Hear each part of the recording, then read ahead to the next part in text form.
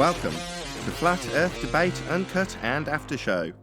I'm your host Nathan Oakley, and if you are new to this channel, or you've not done so already, then be sure to subscribe. Hit the bell notification icon and join button if you'd like to become a Nathan Oakley 1980 channel member and keep up to date with the Flat Earth Debate. If you would like to support the channel, there is a super chat that runs alongside each of these shows while they premiere, and there's also a PayPal, Patreon and crypto link in the info box below the video. Also below this video you can get £50 for swapping your UK electricity supplier to Octopus Energy, and this is of particular note if you drive an electric vehicle.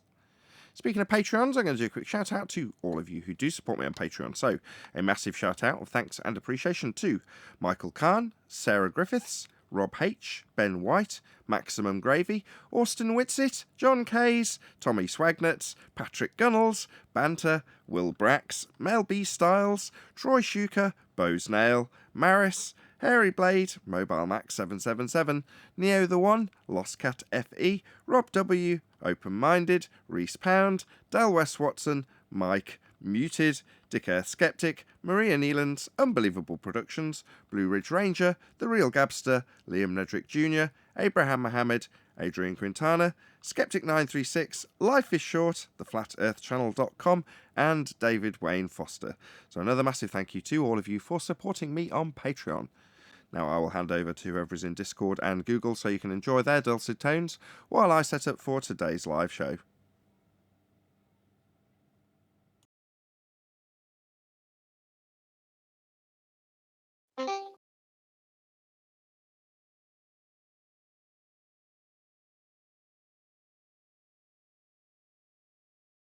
I wonder if, yeah, that'll be good. See if he responds. Well, from the thing that I was trying to communicate with him on, it says that he reads all of them, so I doubt it. But hey, you never know.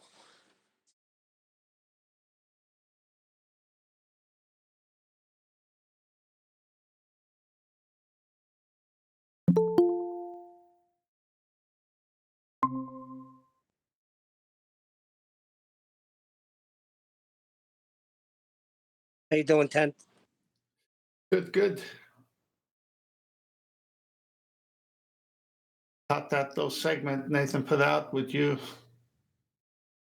remark on Hillbilly.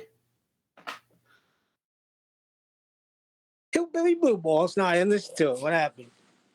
Well, he fell for yet another sexton trap.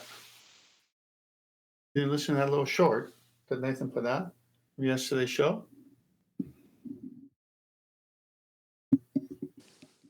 No, I'm just getting rolling. I haven't really listened to anything.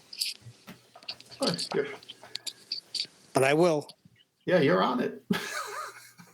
Oh, no, I definitely got to watch. Of course. Listen, whatever. Well, the thing is, I was just telling Steve that on QE show yesterday, at the end of the show, you know, the chat skanks that are in there. So QE said, Adam, ask him the 3 questions. So Adam dropped the 3 questions on him. But I don't want to give it up. I don't know if Adam's going to come in here and talk about it, so we'll see. If he doesn't, then I'll... Boss, you can give it up. What's the difference? Yeah. How many times? Is it only going to be shared once? Then let Adam do it. But if it's going to be shared by a lot of people, why don't you just... Yeah, well, of course, you know how he answered them. You can't deny the first 2. Yes, yes. And he actually said no to the last one. But then it was like, no. And then trying to explain how we don't understand, you know? Well, no doesn't mean no. Don't you know? Not straight is not level, and no is not no. You guys mind if I go through my filter settings? I've just made a few changes again. No, go ahead. As soon as I'm comfortable with everything being all working and functioning, I start fiddling again, of course. So, of course. So, pre-show. What do you want us to do? Nothing. Just hear me out, because I'm doing it for my own benefit more than anything else. Which is to say, I've now lowered the output gain by 3 dB, so it's now 12 dB after the desk, after voice meter banana, and then I've added into the series of various tools that I've got, or plugins, whatever you want to call them. I've got a compressor that's got a really fast attack time, which is 6 milliseconds, and 60 millisecond release, which is what they put up as standard. If you just ask OBS to give you a compressor, the only thing I've changed is instead of 10:1, I've changed it to 8:1, and I've upped the threshold a little bit from -18 to -16. But that kicks in first, the idea being it'll catch the peaks with a very quick attack time, but quite high up.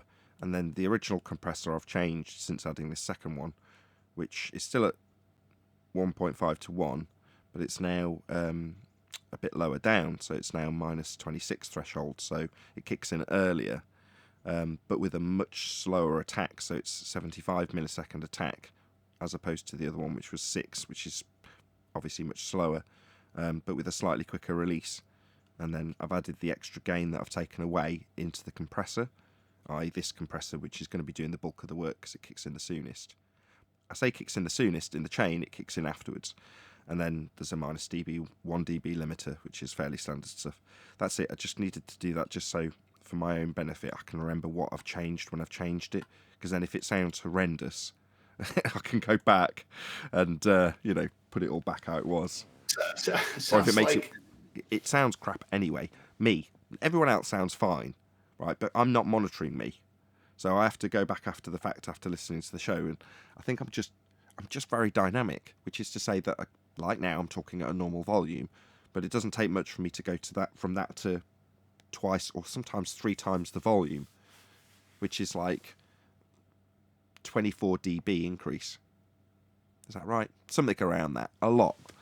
50%, a perceivable 50% increase in volume. So if you seem half as loud, that's 6 dB.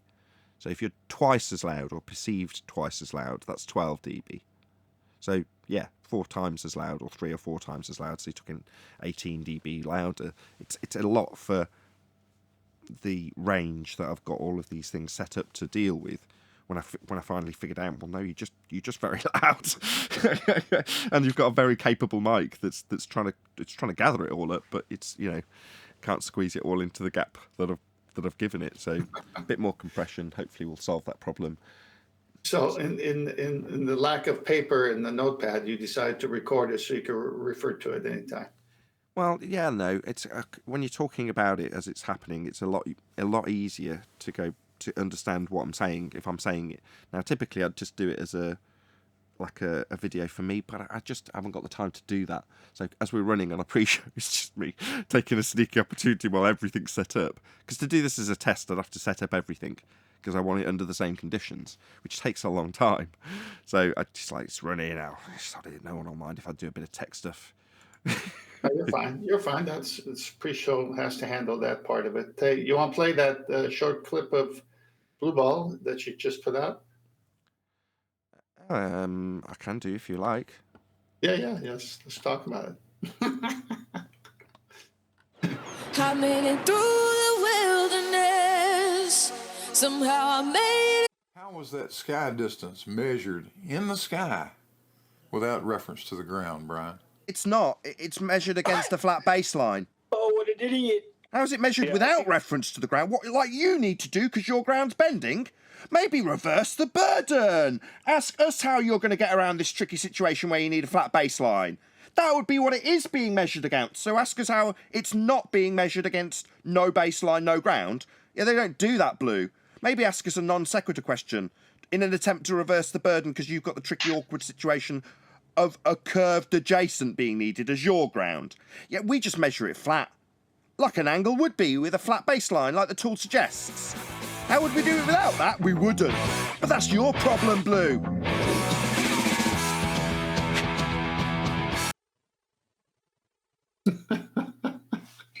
What an idiot. This just keeps coming. I posted a remark, yet another. What did I post? Gotta go to the channel. Something to the effect of yet another one falls for a sexton trap. You got to get it like another one bites the dust. No, I especially liked now that everything's functioning, I'm so happy with myself. I'm so smug at the moment. You were like, can you just play that video? I'm like, yep, click. There it is. Everything's laid out. I can see everything. It's brilliant. I knew you were going to be happy about that. Oh I yeah, am that's as well. right. You got the full screen again. I forgot. Yeah, I can monitor everything. So for the last God knows how long, although technically speaking, the computer's under less demand if it's running a lower resolution projector. So I haven't had to run the monitoring software for the computer itself, whereas now I can still actually monitor if the computer's about to blow up, and end the show if that's the case, if it's overheating because I haven't cleaned it or something. Well, to your credit, it hasn't skipped a beat, the show. So, you had it going anyway. That's Adam that needs the credit for that. So I contacted him a couple of days ago when I got the projector back. I'm like, do you want me to run this projector back up to you? You said you use it once or twice a year. Well, I would expect that to be probably at Christmas when it's all dark and, big movies good. And he's like, no, don't worry about it. You keep it as a spare. If I do happen to need it, I know where it is. And if it's still working, I'll ask. Which was very kind What of a him. guy. It's a load off having a spare. It might sound stupid to have a spare projector, but like I say, I couldn't run the show on one monitor at the time. So it was desperate times. And I, went over, drove it to Adams, which isn't that far, a couple of hour round trip to keep the show running, and that wouldn't have been the case if it wasn't for Adam. And it meant no stress. I didn't have to constantly chase Optoma, which is good. Why do you think trawlers at sea have a get home engine in addition to their main engine? Right. Yeah, you don't want to be stranded.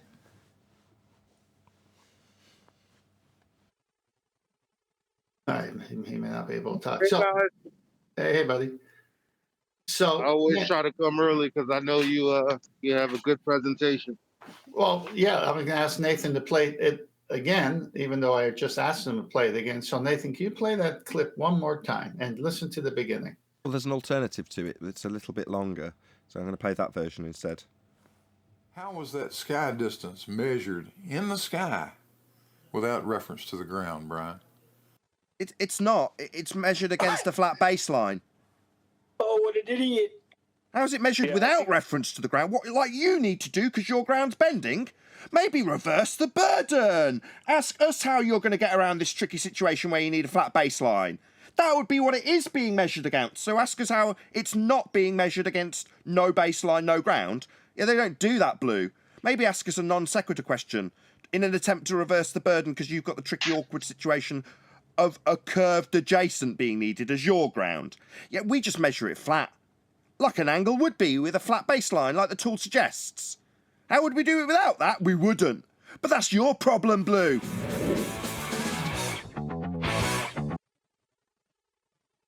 Is that enough to go by? Oh, yes, absolutely. Oh, without a reference to the ground. What wonderful words I heard. That was an excellent clip. And as a matter of fact, when I heard that, I was like, I have to download this show because this has some of the best. And you clipped it out. I'm so glad. Well, you can't download it because it's members only until Friday. And then that clip comes out on Saturday. So you'll have a job. But I've trimmed out the majority of it, the bulk of it, and got it down to about 15 minutes. So that comes out on Saturday night. Well, I want to focus on his statement without reference to the ground. Now, what could he mean by that? Any ideas? Well, he's talking about if he's on a globe and he assumes centre of the Earth and zenith running down to it, he's going to make his angle in the sky based on his zenith only. But it's referencing an elevation angle, so you need the ground. Okay. There's so many traps here. Let's just go slowly. All right. We know that when you use the actual horizon, the real horizon at sea, there's no other landmark, so that's the only one you got is that and the celestial bodies in the sky. So now, where are those celestial bodies in relationship to you? You need something. Oh, there's a horizon. I'll aim at that. Okay, but I'm 14 feet above sea level, so I got to minus that so I could get a flat baseline. We know that's how a true sextant works. So you can get an angle. You can't get an elevation angle with a curved adjacent, so you need a flat baseline. So there's the correction for that. Then we were introduced to other methods of gaining pretty much the same reading of where those stars are to us. They're called the artificial horizon and the bubble sextant. Now, the artificial horizon and the bubble sextant are very difficult to use at sea because the boat is rocking and turning, so you can't do it unless it's really calm, of course. So there are other methods to gain where the celestial bodies are and to find out where you are in relationship to them. So artificial horizon would be on land for the most part. And then the bubble sextant is what the air navigators use 30, 40,000 feet in the sky. Well, what are they referencing? A flat baseline, a bubble. A bubble is a baseline, flat. What is the artificial? Flat baseline, half the angle because you're using the image itself against itself. So if those two have to work with a flat baseline, and the first one, the real section with the horizon, has to have dip correction to get a flat baseline, what is he saying when he says without reference to the ground? You have an artificial horizon and a bubble sextant. What are they referencing, Bob?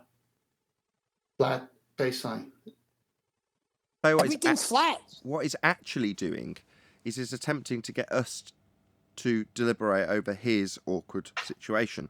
So how does he acquire an elevation angle when he has a curved adjacent, and therefore he would be best off ignoring the ground itself?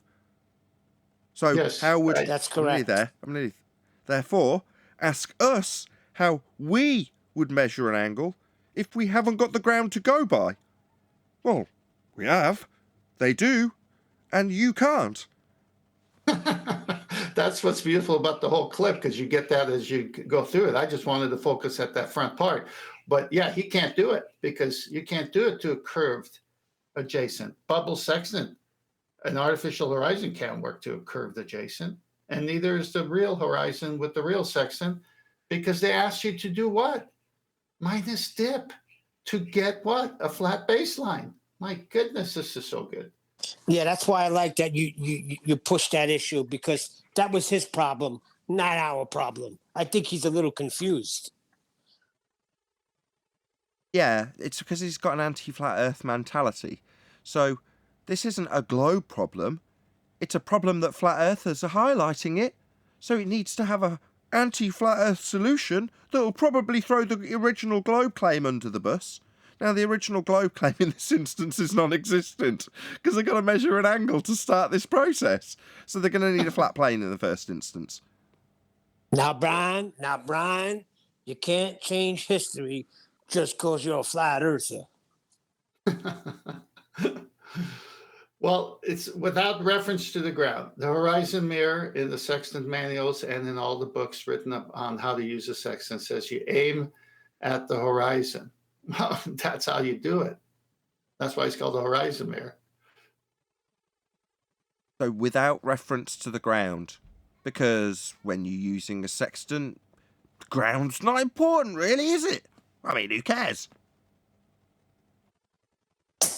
That's a classic piece, Nathan. I mean, it's so short but so tight with facts, and then the way you break it down and afterwards, he's throwing it on us because he can't do it. That's the best part.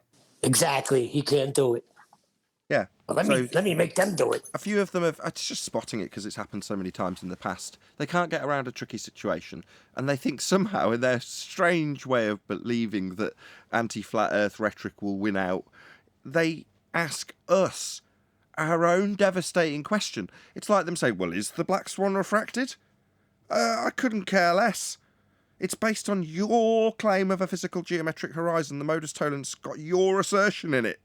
Do you think I care whether or not it's refracted? But because they need it to be refracted and geometric at the same time, it's far easier to have me taking their position that doesn't work to give them geometry. So they ask me if it's refracted. Like I care?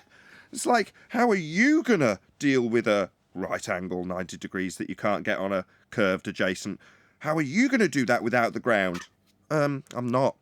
I don't have any concerns about this or any need to do it as a flat earther. I just measure the angle. Like you'll have to do too on a flat plane. You're right, because they do the same thing with Coriolis too. You're right. They do the same thing with every argument where it's devastating to them. Not this time, Well, Neil. what, No. Not this time. Because this time, where does the process begin, Neil? Does it begin with an assumption of an R value or an assumption of an Earth turn like it does with Coriolis? It doesn't matter that we're debunking the original globe claim, so long as I assume that it's turning and Earth and atmosphere turn together, then I've got it turning. Well, in this instance, Neil, do they assume a curved Earth to measure the angle? No, it has to start on a flat Earth. So it has to start with not a begging the question fallacy of a globe Earth for a change. Yeah. They have to first measure an angle. And the notion that it's going to be from the centre of a presupposed spherical Earth, they can't measure an angle that way. They measure it on the surface. And flat Earth is what they'll require. That's never going to change. So what are they going to do? Do you think it works to flip the burden and ask us? Well, if I was measuring an angle on a sphere and I took it from my zenith position, it's like, yeah, we just ask you how you're going to do that in relation to the ground. So you're going to minus off 90, right? To give you the GP of the star, right? What's that? You need to do it without the ground because you've got a curved adjacent? Oh, yeah, that's our argument. Isn't that shocking? Maybe if you ask us how to solve that problem, that'll get you the win, you dumb bow. listen, the slide you used in your little short clip with the one with the boat and the triangle, like a teeter-totter on the globe, classic visual. I got all those from you. No, I know, but I'm probably just know saying. it. I'm just no. Yes, of course, this is open source. We share everything because we're taking down the globe. That's not the point. The point is when someone looks at that and listens to that short clip, they're going to say these people are nuts. If you haven't noticed yet, Tent doesn't care. They don't care about glory. It's ours. Can I tell you something? I left it on the yesterday's show. The grand finale, when it's time, is going to be epic. Epic. No one even has a connection to it yet, but it's coming. I can't share it until the connection is made. But anyway, let's move on with this. When you use a bubble sextant, that's a spirit level. What are you assuming there, Bob? Level. When you use an artificial horizon with a liquid or molasses, or if it's the other expensive type with a black surface that's got 2 levels on it and 3 foot screws, that must be set level. What are you assuming there? Level. When you use a real sextant, a marine sextant, against the horizon at sea, why do you take dip correction, Bob? Because you got to get to that flat baseline so you can get your angle right. There's no curved adjacent on any of them.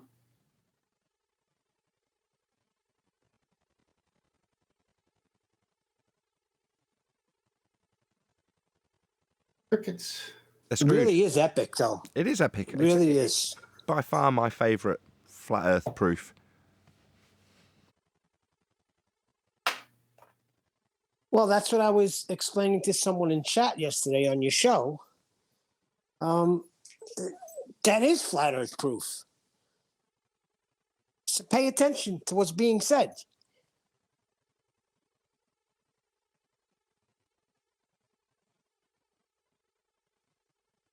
Yeah, we had a really good conversation in the Discord, which, by the way, the Discord is getting much better.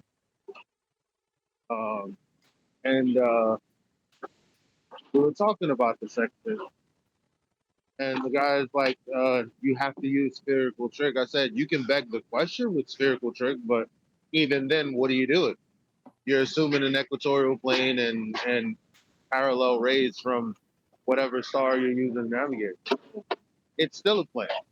Like, there's no, and you're not taking the angle from the middle of Earth. So when you look at any video that any mariner or any person who navigates and is trying to educate, the layman person, what do they say? You don't have to do the advanced math. The simpler math is good enough. What is the simpler math? The math without begging the question of the sphere. Yeah, the artificial horizon, when it's filled with a liquid of some sort, They say, situated to where it can be as level as possible. We're not talking about the one that's got the two spirit levels on it. We're just talking about the tray of this, or the frying pan and molasses in it, or whatever. What happens to that liquid when they say put up the sides and cover it so the wind doesn't agitate it, and make sure it's perfectly still? What is that liquid doing? Is it finding its level? I think so. So guess what? In that little tray, in that little frying pan, it's telling you what the rest of the ocean is. There is no spherical nothing. The water has to stay level to the GP. And you got this little tray saying, this proves that from here to there, it's the same. It's done. What makes There's you no think you can bending do? water. What makes you think you can do triangulation with spherical trig? You can't have the curved adjacent when measuring an elevation angle. That's correct. Yeah. Well, that was the original. This can work with a curved baseline. You need a baseline to be straight. And then the shorter version is QE's, which is spot on. And I think we should all use it. I mean, those three questions are epic. Oh, and thanks to the conversation yesterday on what Brian's been talking about, a guy tried to flex and say that nautical miles is derivative of the whole, like the 360-degree circle, and it's 1/60th, 60 miles is 1 degree, yada yada yada. And I said, of what? He said, of there. I said, no, of what? You act like you know. And I said, of the ark in where? The device. And the guys that was fighting for the globe, they had to agree. Because Ryan is exactly right when he said that. Good It has morning, nothing people. to do with the spherical circle. Is that That's right. Good chocolate? morning. What's up, man? How you doing? Chocolate saying, my wife was saying, where has chocolate been? Hey, what's up, man? So I say hi. I've been here. I've been I around. said he's still around. He just, he's a veteran. He comes in when he wants to come in.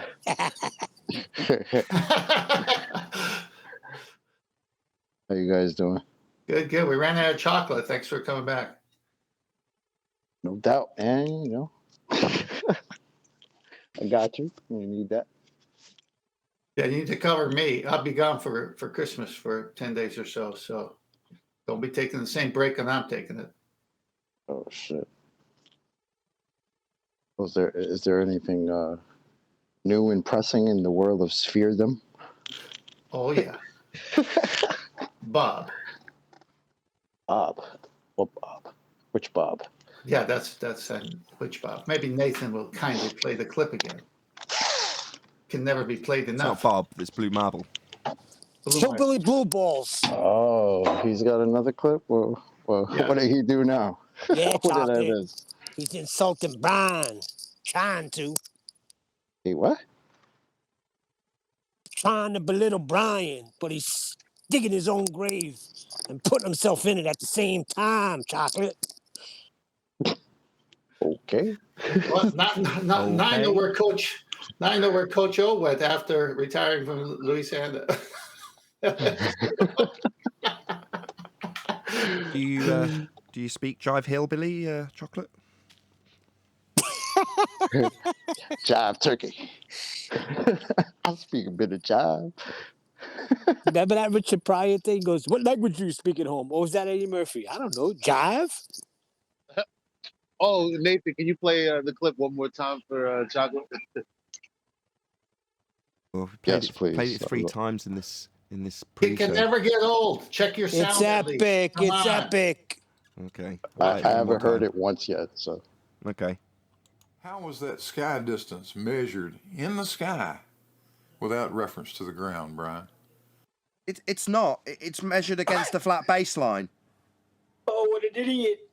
How's it measured Yeah, I without think- reference to the ground? What, like you need to do because your ground's bending? Maybe reverse the burden. Ask us how you're going to get around this tricky situation where you need a flat baseline. That would be what it is being measured against. So ask us how it's not being measured against no baseline, no ground. Yeah, they don't do that, Blue. Maybe ask us a non sequitur question in an attempt to reverse the burden because you've got the tricky, awkward situation of a curved adjacent being needed as your ground. Yet we just measure it flat, like an angle would be with a flat baseline, like the tool suggests.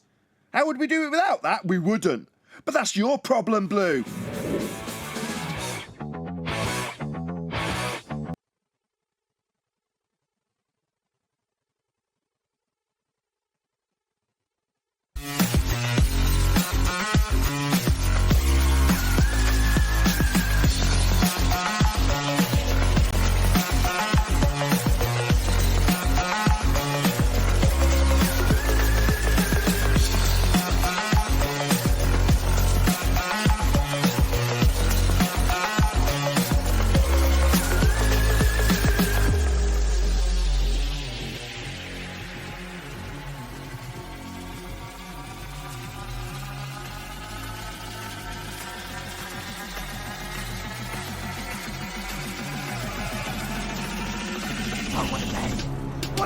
Welcome to Flat Earth Debate Live.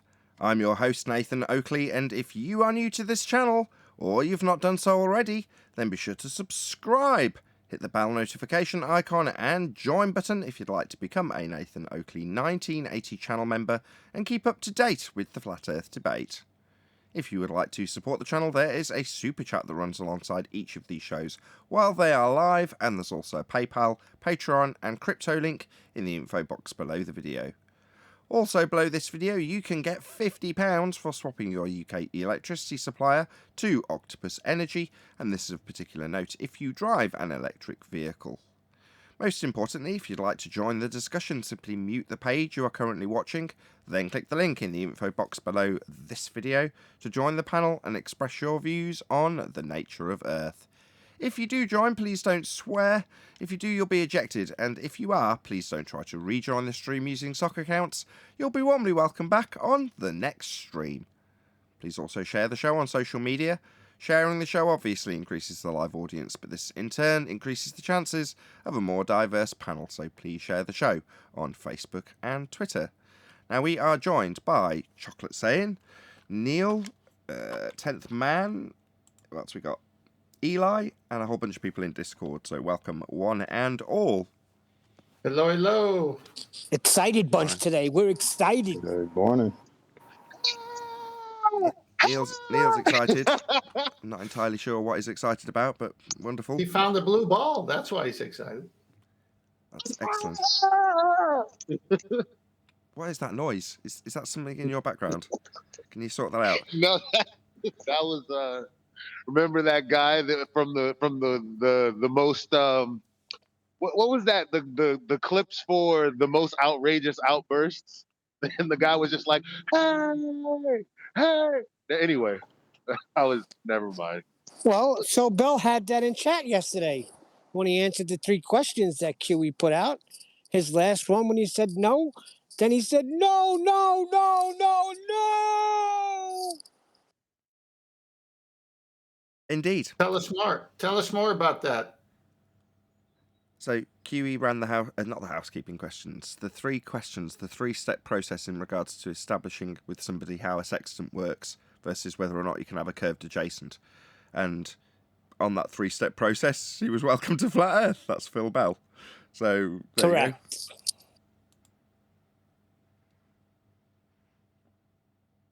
He was in chat, of course. He didn't come on. He was in chat, skanking away. And then Adam, QE said, Adam, give him the 3 questions. And Adam built it up like, who wants to be a millionaire type thing, like you do, Nathan. He did a good job. Outstanding. It's actually sad that even when he was presented with this information that he answered for himself, he was still denying it. Of course. Cognitive dissonance is a prerequisite of being an anti-flat earther. Hello. Hello, Arwin. Can we get a hello from Discord? Hey, Nathan. Hello. Good morning. Hello. Good to have you all. Can see your smiling faces. I'd ask you a housekeeping question. Any evidence of a physical geometric sphere-edge horizon formerly known as the curve of the Earth?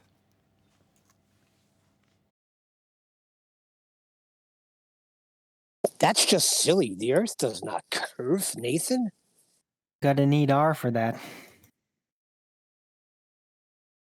It was only a pregnant pause because we were waiting for the excited Globers to come and debunk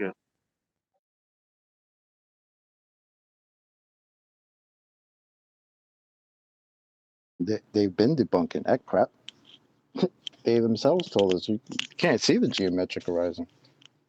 Well, unfortunately, that's the same thing they told us that the boats and buildings were disappearing behind. So how is it that they're disappearing behind something that you can't see? Very weird. That's correct. That was a big argument back in the day, right? How things are disappearing. Yeah, we don't hear that much anymore. But as long as you have it as a thought experiment, you could see it in your mind. I guess that's cool. You're a crazy person. We'll get to the responses that we actually want from the fundies towards the end of housekeeping. So what is typically or will become the first housekeeping question from here on forth, I believe. I'm going to leave that till last today. So any evidence of axial rotation of the Earth-based variety? None. You need R for that, and it's the sun and the luminaries that move, not the Earth. Or we know it.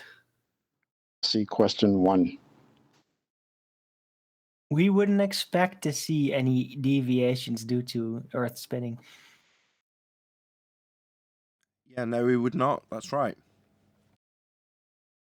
I remember that just sparked something in my memory. I remember when I had my boat, and a couple that were a friend of ours came over, and the wife said, I get seasick.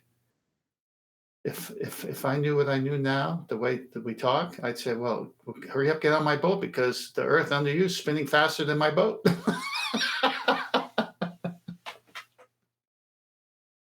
Oh gosh, it would have been fun. Any evidence of the distance to the sun? No, it's just a light in the sky. You can need R for that as well. That gives me, something. I just thought of something. How does that happen when people get motion sickness? If the Earth was spinning, we'd all be immune to any type of motion sickness, wouldn't we? Talking about the sun. That's an earful. Go on. No, I said that's an earful. I know. I was thinking about the housekeeping question before. Okay, so we're asking about the sun. I only need to know 2 things. What is it, and how can I worship it? You have to be a glober to do that. Nobody knows what the sun is. End of story. Any scientific evidence of gravity?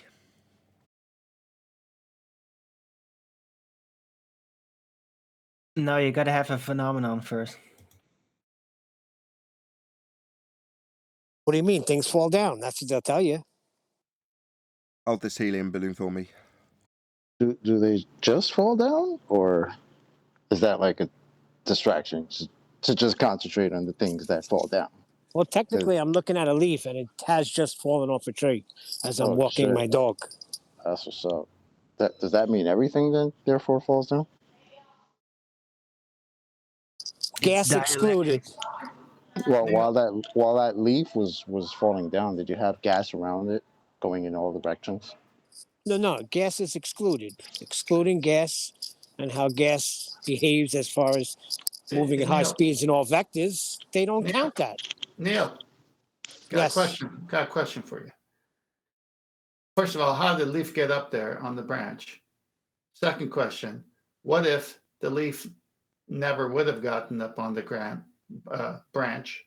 It was just going to be part of relative density and this equilibrium. Would it just be on the ground all the time? Or would it fall ever? Lily pad. Yeah, lily pad. Would it fall? No, a lily pad floats, and frogs They jump on them things. Okay, Wait a minute. Okay. Answer to question 1. So your first question. Do you want to ask it again, or do you want me to just answer? Well, how they get up there on the branch in the first place? Well, unfortunately for Neil's kind of anti-flat Earth devil's advocate rebuttal, which is to say, excluding gas, although there was a definite processing of gas by the plant in order to grow upwards. In defiance of a down go boom boom, if things are generally going down, no. The leaf was forced upwards, if you want to look at it in that way. The tree had to grow up from the ground in order for the leaf to be in disequilibrium, involving quite a lot of energy. Who's making that bloody noise? It's got to be Eli. No, it's Neil. No, I just take my hand off mute just now. So what I'm gonna say is, the tree grew up. The tree grew up because rain came down and watered that tree, Nathan. What do you got to say about that? Well, the water didn't just come down. It started on the ground and then turned into gas for it to go into the clouds to then come down. So that was a cycle, but it involved stuff going up as much as down. Haha. Shoot, what are you gonna do? Also, my friend posted on her Instagram, and she said, "My afro is defying gravity," and I was like, "Yeah, that's funny."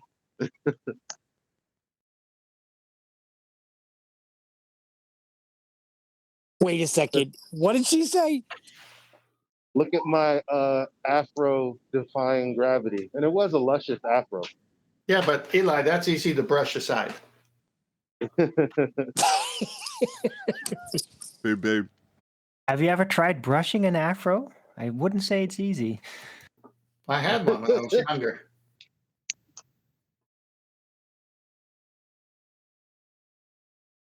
Okay, can we move on from afros? I was waiting for Arwen to tell us more about how you brush an afro, because that's very interesting. Well, you don't. What's up, Arwen? Hello. How you been, man? But maybe she was indicating that her afro was not susceptible to the bending of space-time. Maybe that's what she was saying. I don't think Arwen's ever owned a chia pet. Look, only we can talk about this, Arwen. You don't have a say. My dad had an afro once. Really? Yeah. He has very different hair from me and my mother. And did you spend much time combing your dad's hair there, Arwen? No. No, I wasn't born yet, but I have the photographs, though. That's excellent. Thank you. Okay, can we move on? Any single viable hypothesis from any of the fields of astronomy, cosmology, or astrophysics? I'm still dying about that. That's a great comeback, Nathan.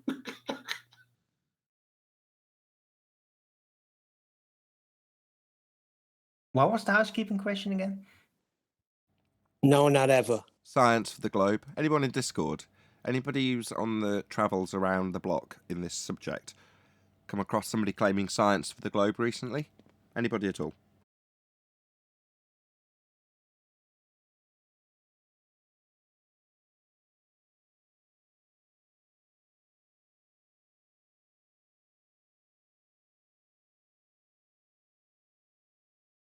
Sorry, no. I've been around the interwebs. Even at Gym Pandas, they're talking about how to lay a floor, and it was not Earth related whatsoever. Well, what do you mean how to lay a floor? What were they saying? They're just talking about everything other than the topic. It's like it's hard to find Glovers that want to engage these days. Yeah, they told me that when I measure my floor and I drop my chalk lines, that I'm actually getting it from the center of the earth. How long is your chalk line? Imagine being that dumb. You know, it really is sad. I must say, it's very sad. How long is your chalk line, Neil? 100 feet. Earth's lost some weight.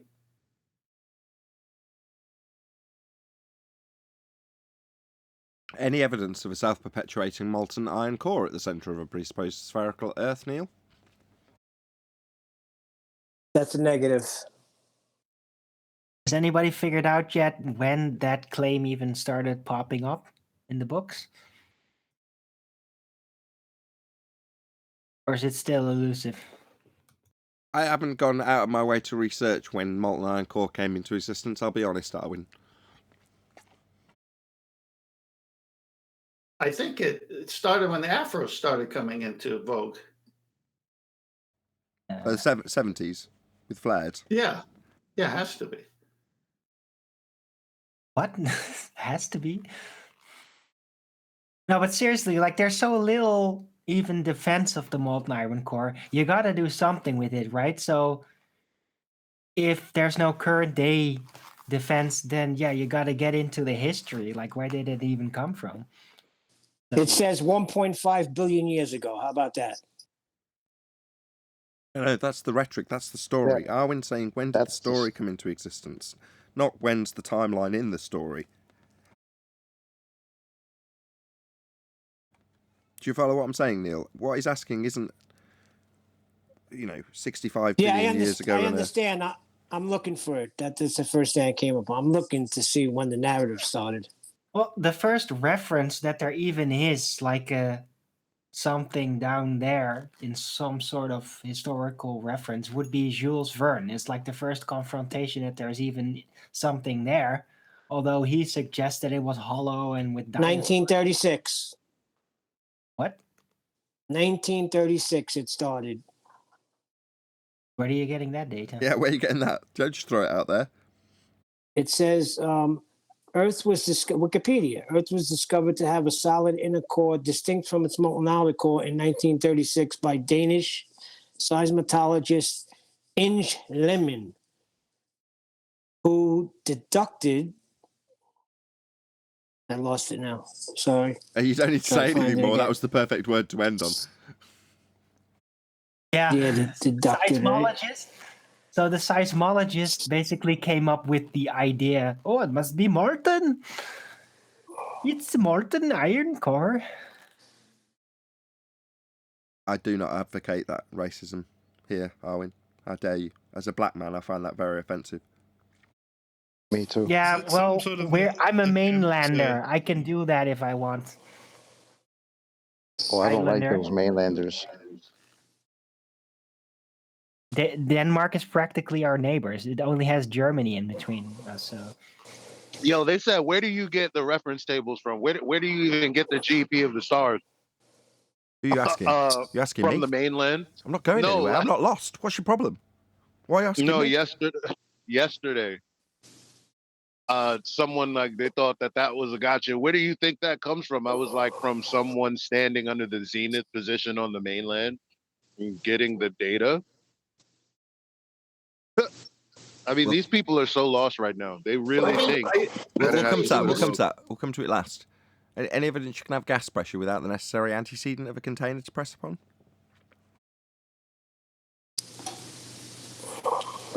2 containers? That container 0? Thank you, hillbilly blue balls. that's container 0. What? Thank you for calling him by his proper What is name, that? Nathan. What do you mean? What is that? Can't Bring help it, 2 it's stuck. containers. As much as I hate at names that are nicknames, I don't know his real name, nor do I really care. And, while I say there's no need, just call him what he is, that's blue marble science, it just gets said so often, it's just ingrained in me now, so I can't help it. I'll have to try harder. Well caught, Neil. Or you could just say Kosho's No, you father. don't. Call him Kosho's father. You don't have to try. There's no need for it, though, is there? Blue marble science is who we're referring to. Might as well just call him who he is. So you'll call him Blue Marble Science when he does no science at all. We can point that out if he ever claims to have any. We were on that question earlier. The- We've moved on to gas pressure without a container. Nobody's addressed it at all. It's just one of those things. I deal with it. It's one of those, Neil.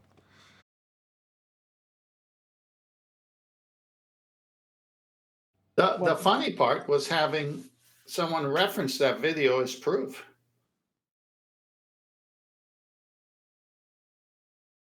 What video?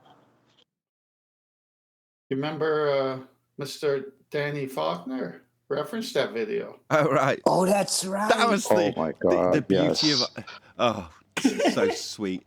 So he's on a radio show doing an interview talking about these stupid flat earthers. That they're just like wiki parrots. They're just like Google whores. They go to Google, do one quick search, think they know everything. Bloody idiots. If they'd have come to me, they'd know it's not a flat earth, says Dr. Danny Faulkner.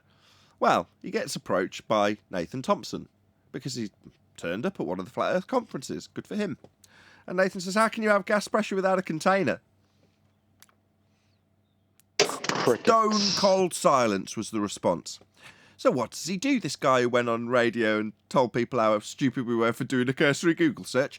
Well, he went and did a cursory Google search, didn't he? And what did he find? Well, he found blue marble science, showing gas pressure without a container by way of 2 containers, no less. Good job, Danny, good job. So, gas Epic pressure... Having science, Go on. having science Righteous. in your name may have helped make it seem more credible. That's what I was going to say. He The holds a funniest big... part is that Go on, Chocolate. I was going to say the funniest part of that name is that blue marble science, which is funny because the guy who created, quote unquote, the blue marble said it was Photoshop because it has to be. And you take that and just attach the word science to it, and all of a sudden you got science for your blue marble that was created in Photoshop based off flat maps, like the guy directly said, that works for NASA. I mean, this is a joke. So sad. What his title of his channel, that's Blue Marble Science, does with that title is hold a mirror up to the magic trick that's used when people claim science. Now, we ask on a daily basis, is there any evidence from any of the fields of astronomy, cosmology or astrophysics? That would be to ask for science. As I say, there isn't any. But if you just say that word, it makes you seem more credible to an unsuspecting audience. And that's all he's doing. He's utilising a magic trick. A bit like calling yourself Professor when your name's just Dave. If you say you're Professor Dave, people will think you're more credible. Why? Well, because you're going to be a man of science, aren't you? And what's a man of science? Well, a reification of the scientific method that gives people the authority to tell you, with words and stories, what they think is true. As opposed to the empirical method of science, which validates cause and effect relationships by way of systematic experimentation based on hypothesis. Now, they're not doing any of that. Blue marble science? What science? You're right, he hasn't got any. But that's why we asked Daly for it, to highlight that fact. Where's his science? There isn't any. When they try and show an apparatus, it's never going to be based on an observed phenomena. It's going to be based on an idea or a reification of some claim to be phenomena that doesn't really exist.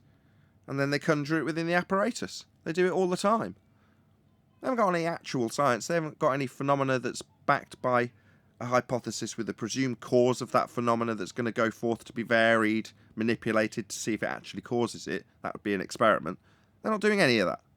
But they'll use the word experiment often. They'll use the word science all the time.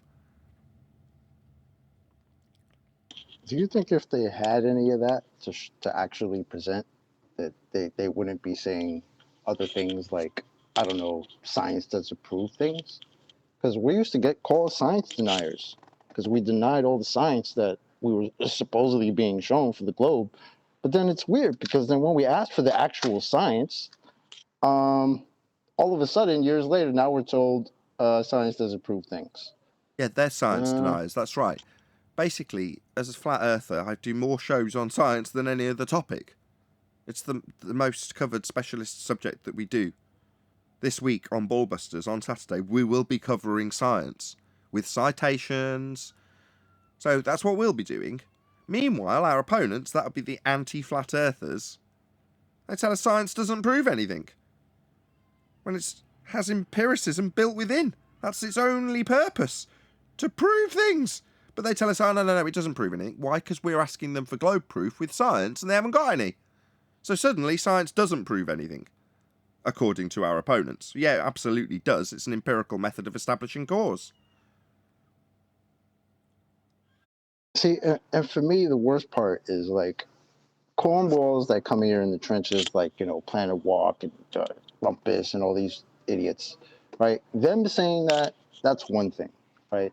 But then when you got somebody like Vsauce, Mr. Michael over there, who's got a whole channel dedicated to science and the globe and how science works on the globe, when he actually comes out and says that science has proved things, after saying that it's a 3D spherical ball, but we don't know that because science doesn't prove things.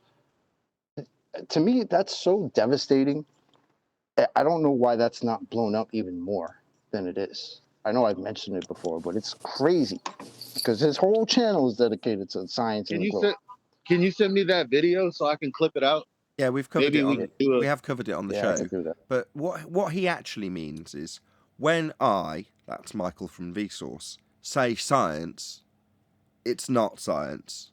It's not empiricism. It's not gone through a method that offers the empiricism that would be the scientific method. It's none of those things when I say science. When I say science, because it doesn't have the method, technically speaking, and by definition, it's pseudoscience. So when I say science, I mean pseudoscience. Now, pseudoscience, that'll be what I am using when I say science, doesn't prove anything. That's what he actually means, because science absolutely does prove things. He just didn't have any when he used that word. Well, what bothers me more than that is M. Scott Veach. He says that was the beginning, but science has advanced beyond that little scientific method and those steps that you take. No, we have a deeper science now. So it advanced from proving things to not proving things? Yeah, advanced from proving That- things to just Correct. say stories, and obviously having a limitation of being capable of validation through hypothesis. That's a dusty old method that doesn't allow you to embellish anything with stories. So it's evolved beyond the dusty old empiricism. It's evolved into not proving things. But then when you tell them that it is the scientific method, they say, oh, you're just a QE and Nathan Oakley Muppet. You just repeat after them. I'm not sure. My teacher in elementary school was teaching me science. I met him a lot longer than while before I met QE. So unless QE was my teacher in elementary school, I don't know where he got that from. Chocolate, remember that book that that your girlfriend's kid was going through? Remember that book from school? What was that all about? Yeah, her textbook. Yeah. That was her textbook telling her, you look out your window, you don't see anything like a globe. But we created a globe based on observation. And that 9-year-old girl can pick out that irony and call out the fallaciousness of that is just beautiful. Any evidence of the R value? That would be Earth radius. You remember those tests we used to have, and the lessons that we used to have on context clues? This seems to be the single most greatest thing that the ballers are lacking right now. Context clues, man. Like, get a grip. No And the evidence dude of the tried R value. yesterday. Oh, you asked the question. I'm sorry. No evidence. For what, Eli? No evidence for what? Come on, Eli. No evidence for the R value to Nah, you tell were me that listening. you're My man. getting an elevation angle from the equatorial plane. Ah, we're not there yet. I'll ask it. No, You know that's I'm meaning. it's the last on the list because it's the one that's going to generate the most discussion, obviously, which is fair enough. That's why I've saved it till last today, so we actually can get through all the housekeeping questions, which we have actually now done. In any event, I want to say a big thank you to everyone who shared the show. So we've got 115 people watching at this stage, which is more than normal at this stage. It's normally bordering on 100, but good. Obviously, a few more people have smashed the share button, as I've done a plug each day this week for people to do exactly that. So if you haven't smashed the share button already, please do so. That's the only reason we've got over 100 people watching currently. So please share the show. Smash that share button. It's dead easy. Share the show on Facebook and Twitter. Let them know. Flat Earth debate is on. It's live right now. Unless you're watching this after the fact on an Uncut and After show, in which case we're not live right now, but let them know anyway. And if you haven't got a share button or you can't connect to Facebook or Twitter, then open a window and share out of it to your neighbours. Flat Earth debate's on. What are you doing? So please share the show. Any evidence you can have a curved adjacent whilst acquiring an elevation angle. No, and the ballers don't even propose that they try. Except for Matthew Learns, that man again. He is trying to figure out how to do the calculations of the difference between a curved adjacent and a straight line. Or you could switch the burden of proof and ask us how we do it. Well, like Blue Marble did. You can have a curved adjacent. Teardrops. The word angle fucks that whole question up for me because I don't know. From what I remember, you need straight lines for an angle. So can't work on a globe. Yeah, that's the end of the globe. Can't work. They need a flat. They need a flat plane to make any claim in this regard. As soon as they measure any angle ever, flat plane required. It's the starting point. Could I make a suggestion for a type of another housekeeping question? But it doesn't have to be a housekeeping question, just kind of a question we could ask. I'd say the same to you as I did to QE. You need to speak to Dearth. Yeah, well, I don't have a direct line to Dearth, so... Well, then no. Well, how are you getting paid hold then? on. You can speak to Dearth. Dearth is just in 24/7. That's how he was just in here. What am I talking about? What? He's in conference with Megatron at the moment, so you might not catch him immediately if you try to get hold of him. Yeah. Well, maybe you might pass it along, Nathan. I know you were good to me yesterday where you played Blue Marble's video. So maybe you might pass it along. So it could be said in a couple of different ways. The way I've been saying it is what is the origin and proof of the nautical mile? Sorry, what is the origin and purpose of the nautical mile? But you could also ask, is there any evidence that the nautical mile is proof of a globe? Or you could ask, is there any evidence that the nautical mile is not proof of a flat plane? There is no proof that it's going to... It's a good question.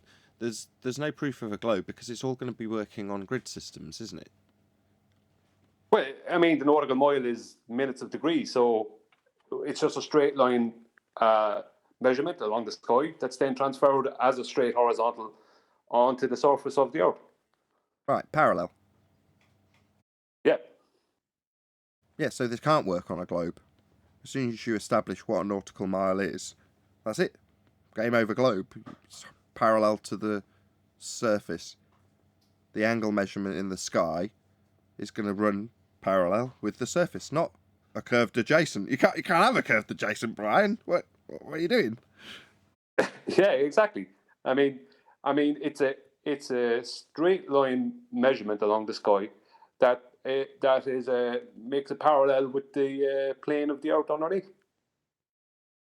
So that'll be a stone cold flat Earth proof right there, then, Brian. That's what I would say.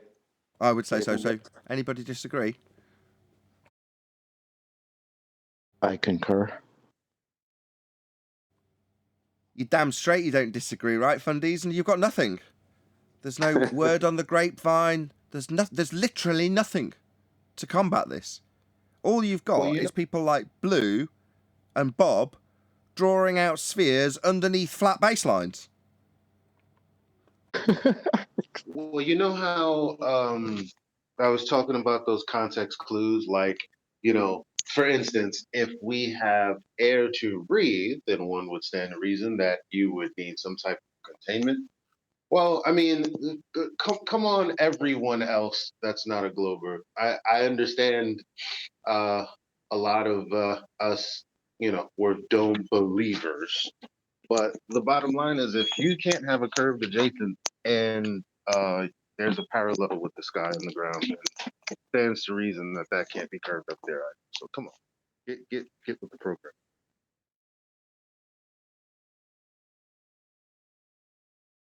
going with flat sky.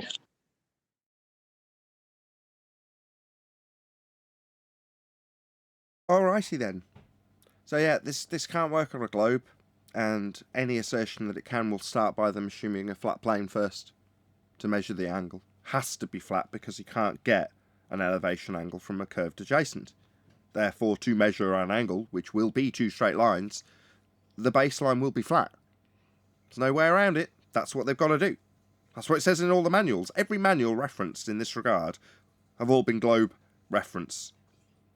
All of them, without exception. There are no flat earth sextant manuals, so every time you challenge anything that we cite, it's all based on the fundy writing it, thinking is on a sphere. And whenever it comes up in the awkward way it does, you end up with stupid diagrams that have got triangles teeter-tottering on top of spheres. Because what they actually need is a straight flat baseline, 90 degree to the position below the star. So that's what you're doing. In every single example that details how this is done, it describes having the elevation angle. That flat baseline that you all must assume regardless of what side of the argument you're on. Earth must be flat for this to work. Hey, could I give an update on something I asked Rob Durham to do for me? Sure. I asked Rob, would he see how the Gleason's map would work with drawing circles onto it and then trying to turn it into the sphere, wrap it around the sphere. And he has to come back to me again with it, but what he said to me initially is he has to put it to some of the forums, some of the people he knows, because he said he can't get it to wrap around the globe. I said, excellent. Because not that it's a flat, I'm claiming it as a flat out map, but that means it's not a projection of a globe. Indeed. I mean, it's a fascinating point that he's made. But by the same token, it is kind of an interesting folly.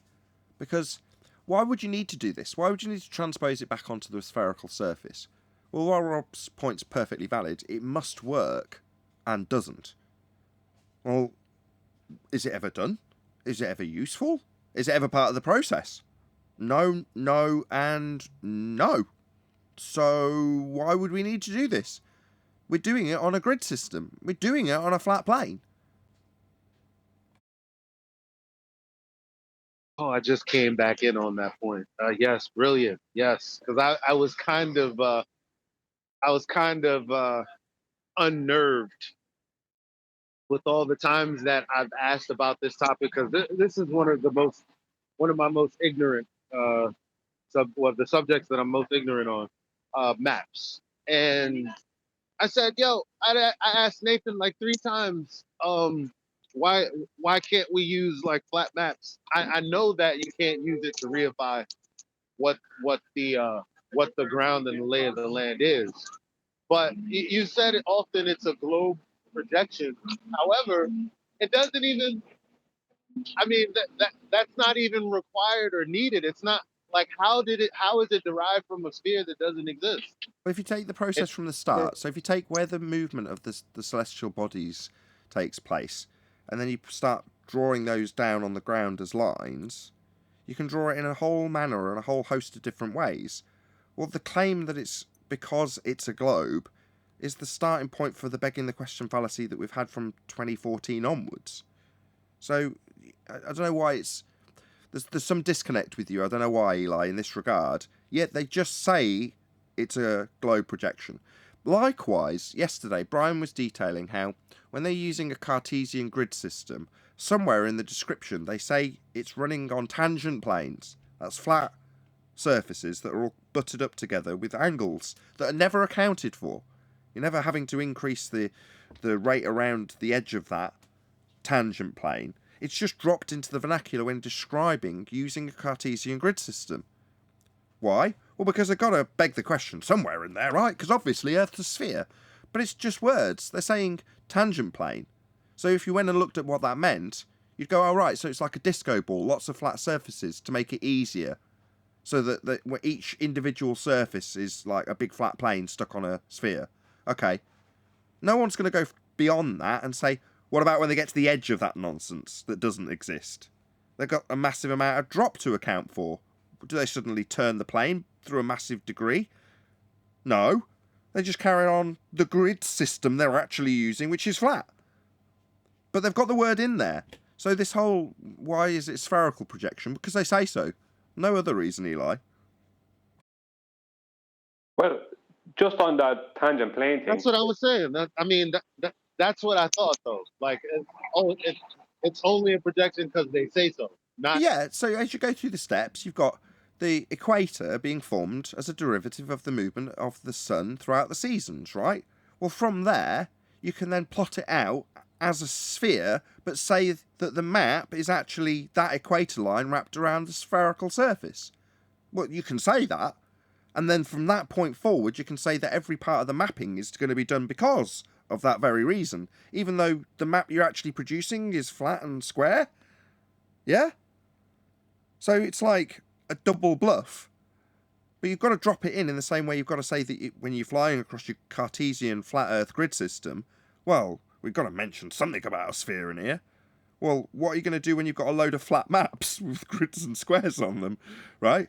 Well, it doesn't quite work in the ways that it doesn't, but that's because it's a flat projection of a globe. Well, no. The way the lines have been laid down have been derived from the celestial movements above our head. Then that's been claimed to be the equator, the midpoint on a sphere.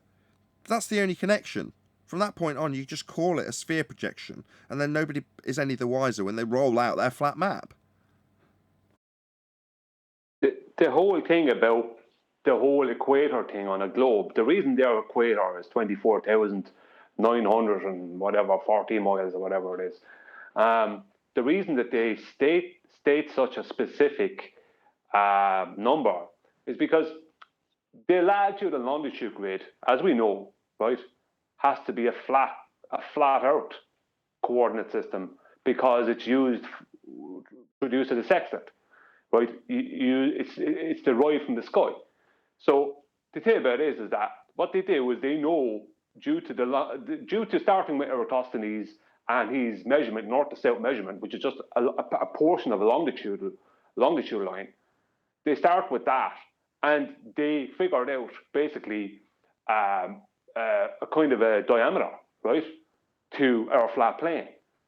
But then if they keep those longitude lines, that diameter, right across the same length, but they bring the two ends of that longitude line into meet each other, and they do the same with the other longitude lines, that's why they end up with a 24,900 plus mile equator line. That's the only reason they have that number. Otherwise, they wouldn't have that number. But that's why the longitude lines never change in their distance. They're still the same, flat or curved. The longitude lines don't change. But flat and curved on a map or a globe, the equator and the tropics change. And all the latitude line circles change. If you want, as far as the grid goes, that all changes in distance and diameters. But the longitude lines don't. And that's the only reason they have that 24,900 plus mile claim. It's not anything that's measured. It's purely, if they want it to be a globe, then they have to keep the longitude lines the same size. But that means also making a small equator. It's complete and utter nonsense. It's all dictated to them by the heavens. They're governed in terms of the physical size. This was illustrated by QE back when we were trying to explain about the geometry with the black swan. So it's going back a couple of years. But in both figurative and literal terms, if you're reifying a sphere into existence, that is, their geometry with that equator value is set in stone. The radius, the equator, it's all matter of fact. It has to tie into the celestial movements because that's where it's derived from. So it's farcical to say that you can blow up or reduce the radius in the first instance because you can't change the value of a sphere-shaped rock. But further to that, your value has to match all of the celestial movements because that's where it's come from.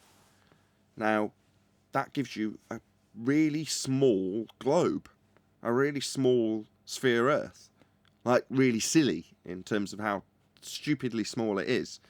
That's why, as a flat earther, looking back over my life as a glober, it is laughable because you think about it in the context of sphere Earth when you're standing back from it instead of standing on it, and you go, wow, this really is silly. The effects that would be induced by that tiny little ball Earth in a vacuum would be dramatic, and they don't happen.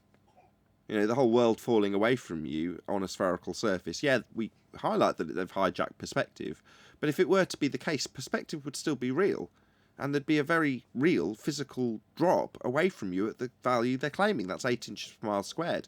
You really would notice that in a very obvious way. Likewise, if the sky was a vacuum, you'd notice it because you'd be dead. There'd be no gas to breathe. You know, those sorts of nonsenses that come from the globe Earth model are just, you know, brushed over by most people because they get to see Red Dwarf and Star Wars and all those sorts of crazy things. And it just goes, you know, by the wayside that that's acceptable and that's perfectly allowed. And yeah, it's all right that we travel up so high and suddenly we're in a vacuum and you've got the rebellious gas particles chilling out at the Kármán line, eating cakes and falling back down, go boom boom. You know, all those nonsenses are never even considered by most people. But the globe Earth's tiny, isn't it, Brian? When you put it into the context of the Black Swan and you suddenly show that a mild difference in horizon because of a bit of weather can suddenly throw the horizon out from 3959 to 250 odd thousand. You're like, my God, that's a massive difference just from a tiny difference in the horizon, either before the oil platforms or after it. You're like, wow. So it makes that big a difference? Yeah, it does, because the globe Earth's tiny, like stupidly small. Exactly, Nathan. And something I was going to say about tangent planes there earlier, the fact you brought them up, is there is no specific size to these tangent planes. I mean, what is the specific size of these tangent planes? It's like claiming a horizontal, right? What a tangent plane is, like forced, as they claim, a forced horizontal, right? On a globe. So claiming a horizontal, but not giving a specific size to it. When does the airplane go over the edge of that and down along the next one? When does that happen? It doesn't. There is no, the whole world is a tangent plane, and it's not touching a globe. Do you know what I mean? There's no such thing as a specific size to a tangent plane, because there's no such thing as a specific size to a Cartesian coordinate system. Because every square, whether it be a square 2-dimensional or cube 3-dimensional, can be broken into 4. Each one of those 4 can be broken into another 4. And it's like Russian dolls. You can get smaller and smaller and smaller and smaller. Or it can get bigger and bigger and bigger and bigger. So one square or cube, that makes up a Cartesian, whether it be square or whether it be rectangle, making up a Cartesian coordinate system, can make up another 4. You can just add 3 more to it. Do you know what I mean? There's no specific size. So their tangent planes never have a specific size. You know, they don't have, like, this is exactly 8 miles square or anything like that. They don't have anything like that. So how big's your tangent plane? Well, how big's the journey? Well, how much area are we triangulating with? Well, that's the size of today's tangent plane. Whatever size flat disk we need to sit on top of a sphere for whatever reason, so long as it's sat on top of a sphere, and we see it in their diagrams.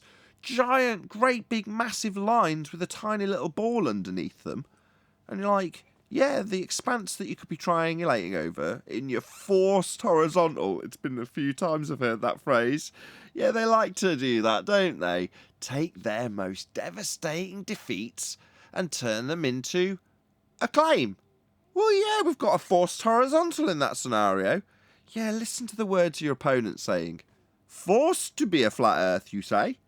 Yeah, we're highlighting that daily now. It's the first housekeeping question we're going to be asking going forward, isn't it?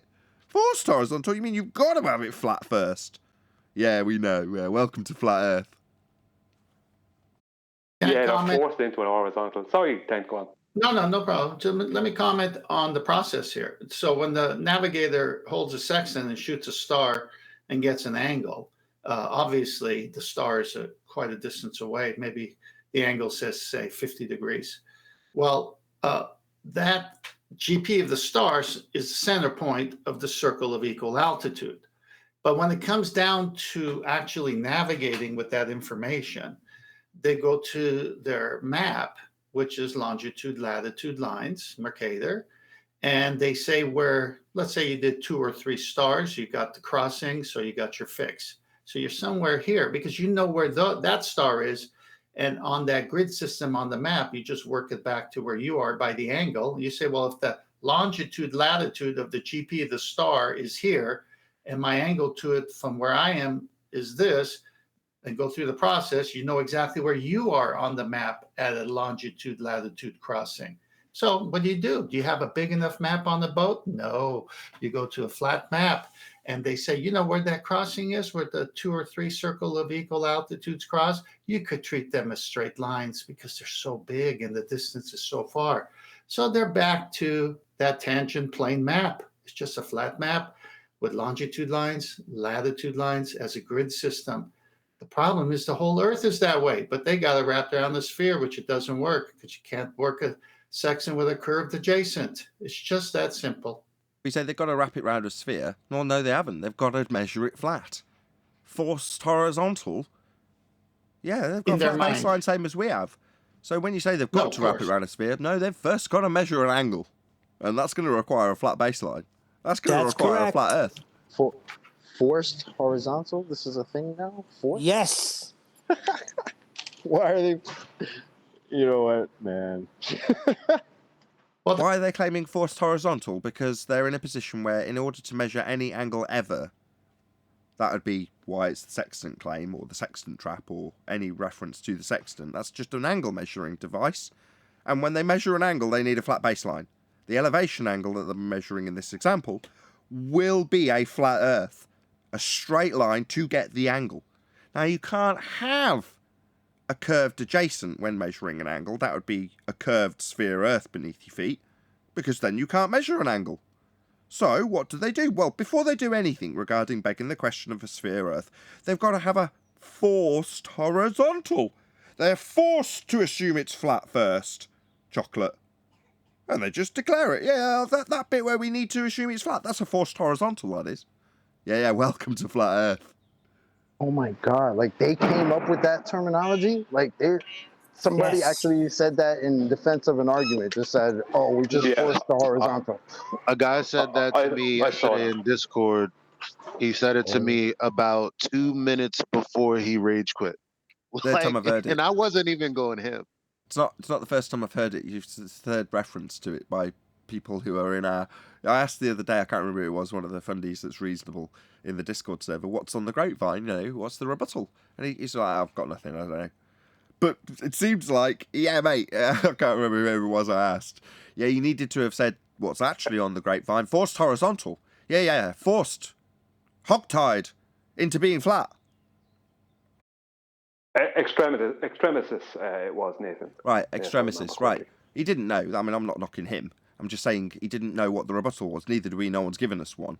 All we've had is people draw out straight, flat lines and put redundant spheres beneath them and then talk about how they're going to get angles. And then talk about, after measuring the angle, how they're going to move that to the centre of a presupposed spherical Earth that was, up until that point, completely useless and didn't do anything to get the angle. But they had a straight horizontal marked as horizontal. And that was forced. They were forced to have a flat Earth in that example, chocolate. Forced. Chocolate, I think maybe, and I hate to say this, but I think I may be misunderstanding. These people were forced into this horizontal. They are doing us a favour, right? By like forcing cats. this horizontal on their globe. Yeah. Very good, Brian. Oh, I know. That's why I'm laughing at the even the use of the word forced. Why? Because you don't have this curved adjacent that supposedly you need? So now you got to force the horizontal? What? That's insanity, man. Like, come on. You guys are serious. Are you seeing how this is becoming the best argument ever? As in, no, you typically, I always said 99.9%, but at some stage I was like, no, 100% of globe arguments start with begging the question of a sphere Earth. No. Not all arguments start with begging the question of a sphere Earth. Some of them rely upon a flat Earth being measured by way of an angle first, to the point where they must be forced to have that flat Earth, forced to have a horizontal. Yeah, that's the situation with this argument. It's absolutely brilliant. Well, that's the point. That's the point, that the tool is an angle measuring device. And then you look at what an angle is, 2 straight lines meeting to a vertex. So we know what the tool is. So there's no such thing as a forced horizontal. It has to be a flat baseline for it to work. And my remark earlier was transitioning to a navigator who thinks the sextant is actually working on the globe because they showed those pictures of a tangent plane on top of a ball, or a circle, actually. So the navigator's thinking he's really on the ball, using an angle measuring device that somehow is working with a curved adjacent, which we know it can't.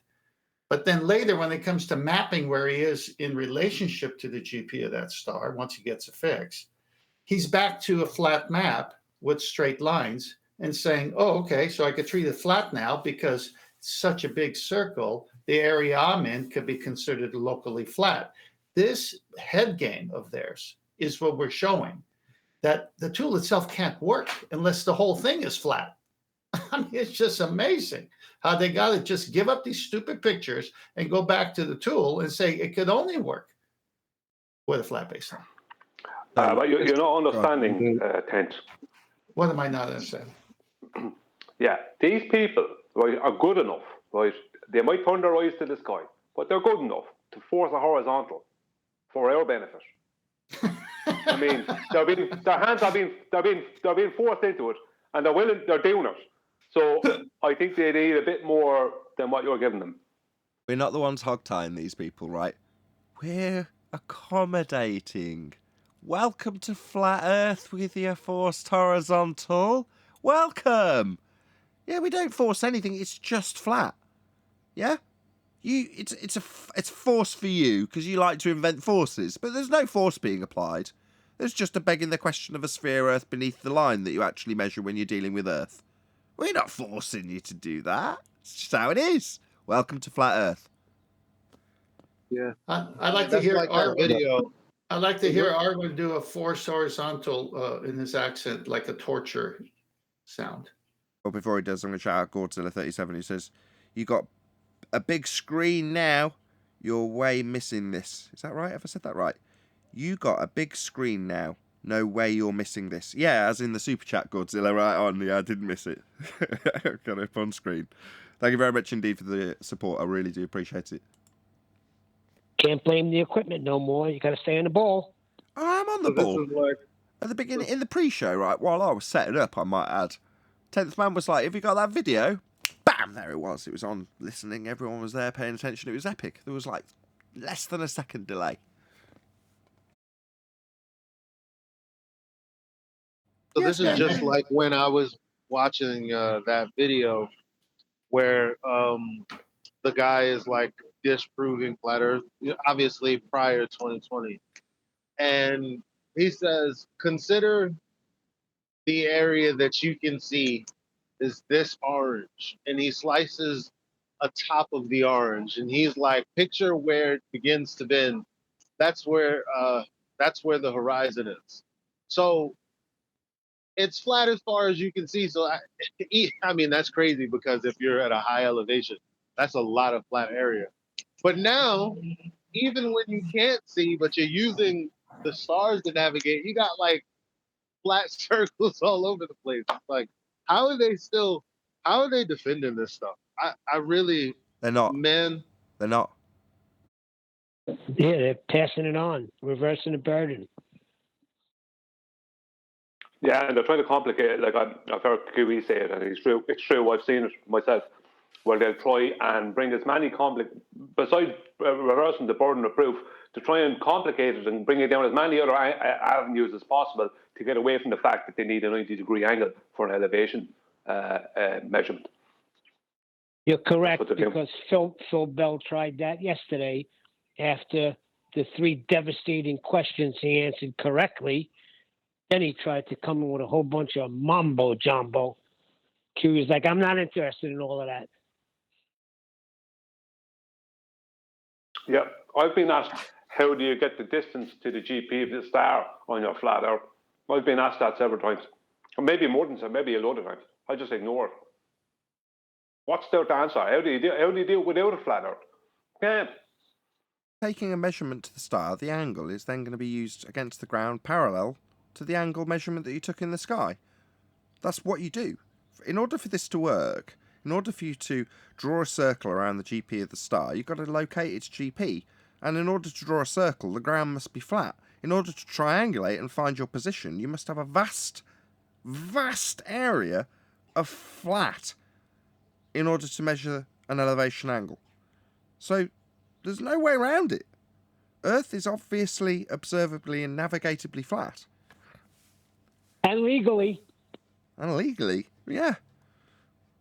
Dealing with flat terrain. Anybody have evidence for a curved radius? No, the areas of equal altitude or equal elevation are just circles. That's why they call them circles. Well, a circle's not going to have a curved radius. Radii are straight. So it's absurd. Shout out to America Silver Patriot, America, who says, "Hello ballers, I'm selling curved triangles for 20 20p. There got to be a business in that. Hey, You can't have is a he trying to curved take adjacent. over my stand, my geometric horizon stand, where I'm selling my geometric horizons? Yeah, he was giving me money He can though. open up. He can open up the stand next to me. Forced Horizon's going for $39.95. On the flat Earth, the anti-flat Earth bullshit market, you've got as many horizons as you could possibly want. You've got curved radii. You name it, they've got it in anti-flat Earth market. Oh, curved. Curved on Jim Panda said one day. He said, there are like three horizons. And he said it was in Andrew Thomas Young's paper. You only have one horizon, and the horizon in the Begging the Question Proof of Nothing Perspective Hijacking Earth Curve Calculator was geometric before it was debunked by the Black Swan. But with that, I'm going to say, if you are watching this on either Nathan Oakley 1980 or Nathan Oakley Premiering streams, then stay tuned, as there will be an after show to follow.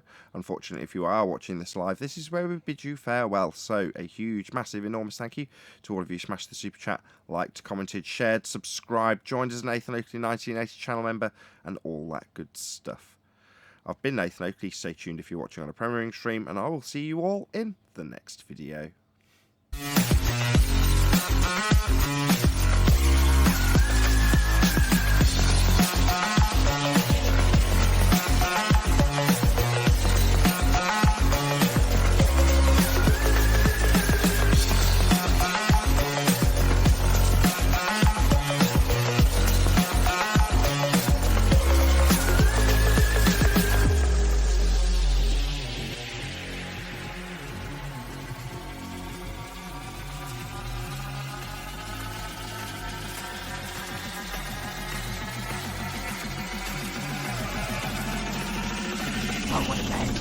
What a lovely day!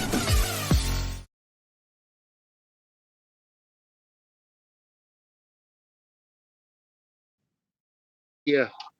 Get that guy to contact Andrew Thomas Young and ask him, which one do we aim the sextant horizon mirror at?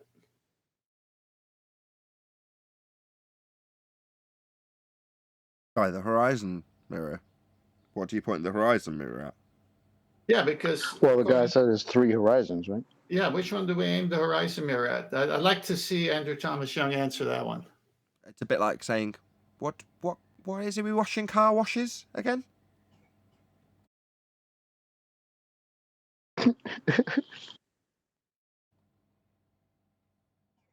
Definitely not cars. Well, you got to clean the car washes too. Otherwise, when you wash the car, they'll get dirty. From the dirty car It's wash. exactly the same. What are you measuring with the horizon mirror? What are you washing with the car wash? Well, you're washing a car at the car wash. You're looking at the horizon in the horizon mirror. Does the sextant have a horizon selector?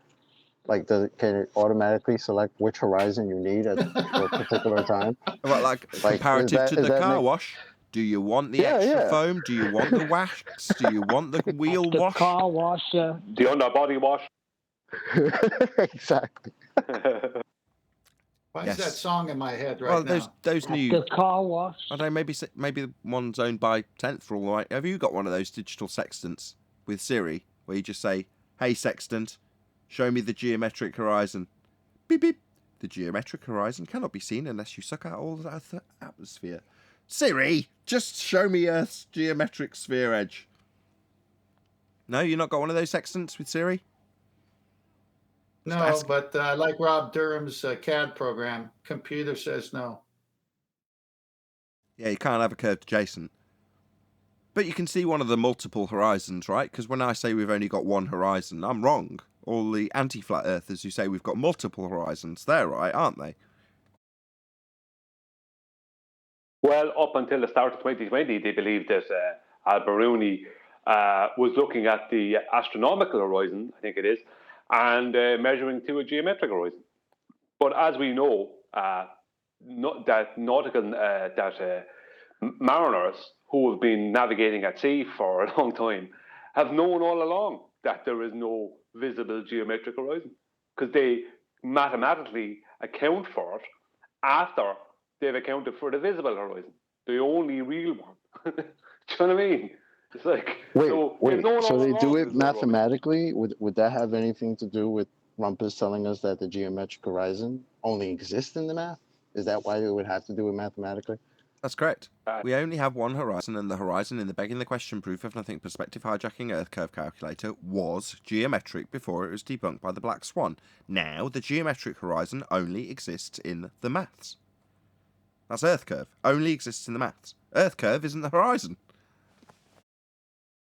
I think, Nathan, that Rumpus knew all along that the horizon, the visible horizon, was not a geometric horizon. I know he reckon that he knew. I know he knew. Yeah. Right, there was two things. The first was, during the Isle of Man discussion, I specifically asked him, I can't find the clip, I've looked several times, but I remember it very distinctly because of his reaction. So I drew my mouse while sharing the screen across the horizon at the Isle of Man. That would be the point where, in this instance, the Isle of Man appears to meet the sea. Yeah? Now there's a line, a mirroring line, at that limit.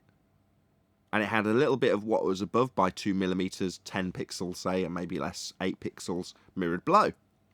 Now, that was what I was focused on, and Anthony was focused on, and a lot of us were focused on at that time in the discussion. But in essence, we're talking about what is going to be Earth curve, and that is, in their rhetoric, a geometric physical sphere edge horizon. Now, I drew my mouse over it and said, what's this? To Rumpus.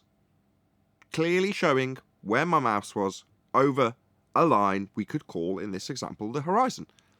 And he wouldn't tell me, wouldn't answer. Wouldn't give me a clear response at all. Shut down completely. It was the first time I've ever seen it happen. He didn't have an answer. When have you ever seen Rumpus not have an answer like that? That hasn't started before you finished your last sentence. Never. That's the first time I've ever seen it happen. I can't think of a time since it's happened, to be honest. But that's what happened. I was like, all I did was ask him what the horizon was. And he shut down completely, couldn't answer. Now, the second instance was where he told us that we knew the targets were refracted because of their position with respect to the horizon. Now, in his mathematics, he's got the horizon marked with an X, labelled horizon. It's the geometric physical sphere edge in their mathematics. That's what he's claiming is blocking the buildings. He knows they're refracted because of their position with respect to that geometric limitation in the maths. So he's refracting the targets. Now, that means he's got a geometric sphere edge blocking them. That's the claim. Now, when it came to the Black Swan, he denied it. So that's when I labelled him a liar, because I knew damn well that he'd claimed that they'd been refracted, and he knew that was the case because of their position, quote, with respect to the horizon. So when you then say, no, I always said the horizon was refracted. No, you didn't. You're a liar.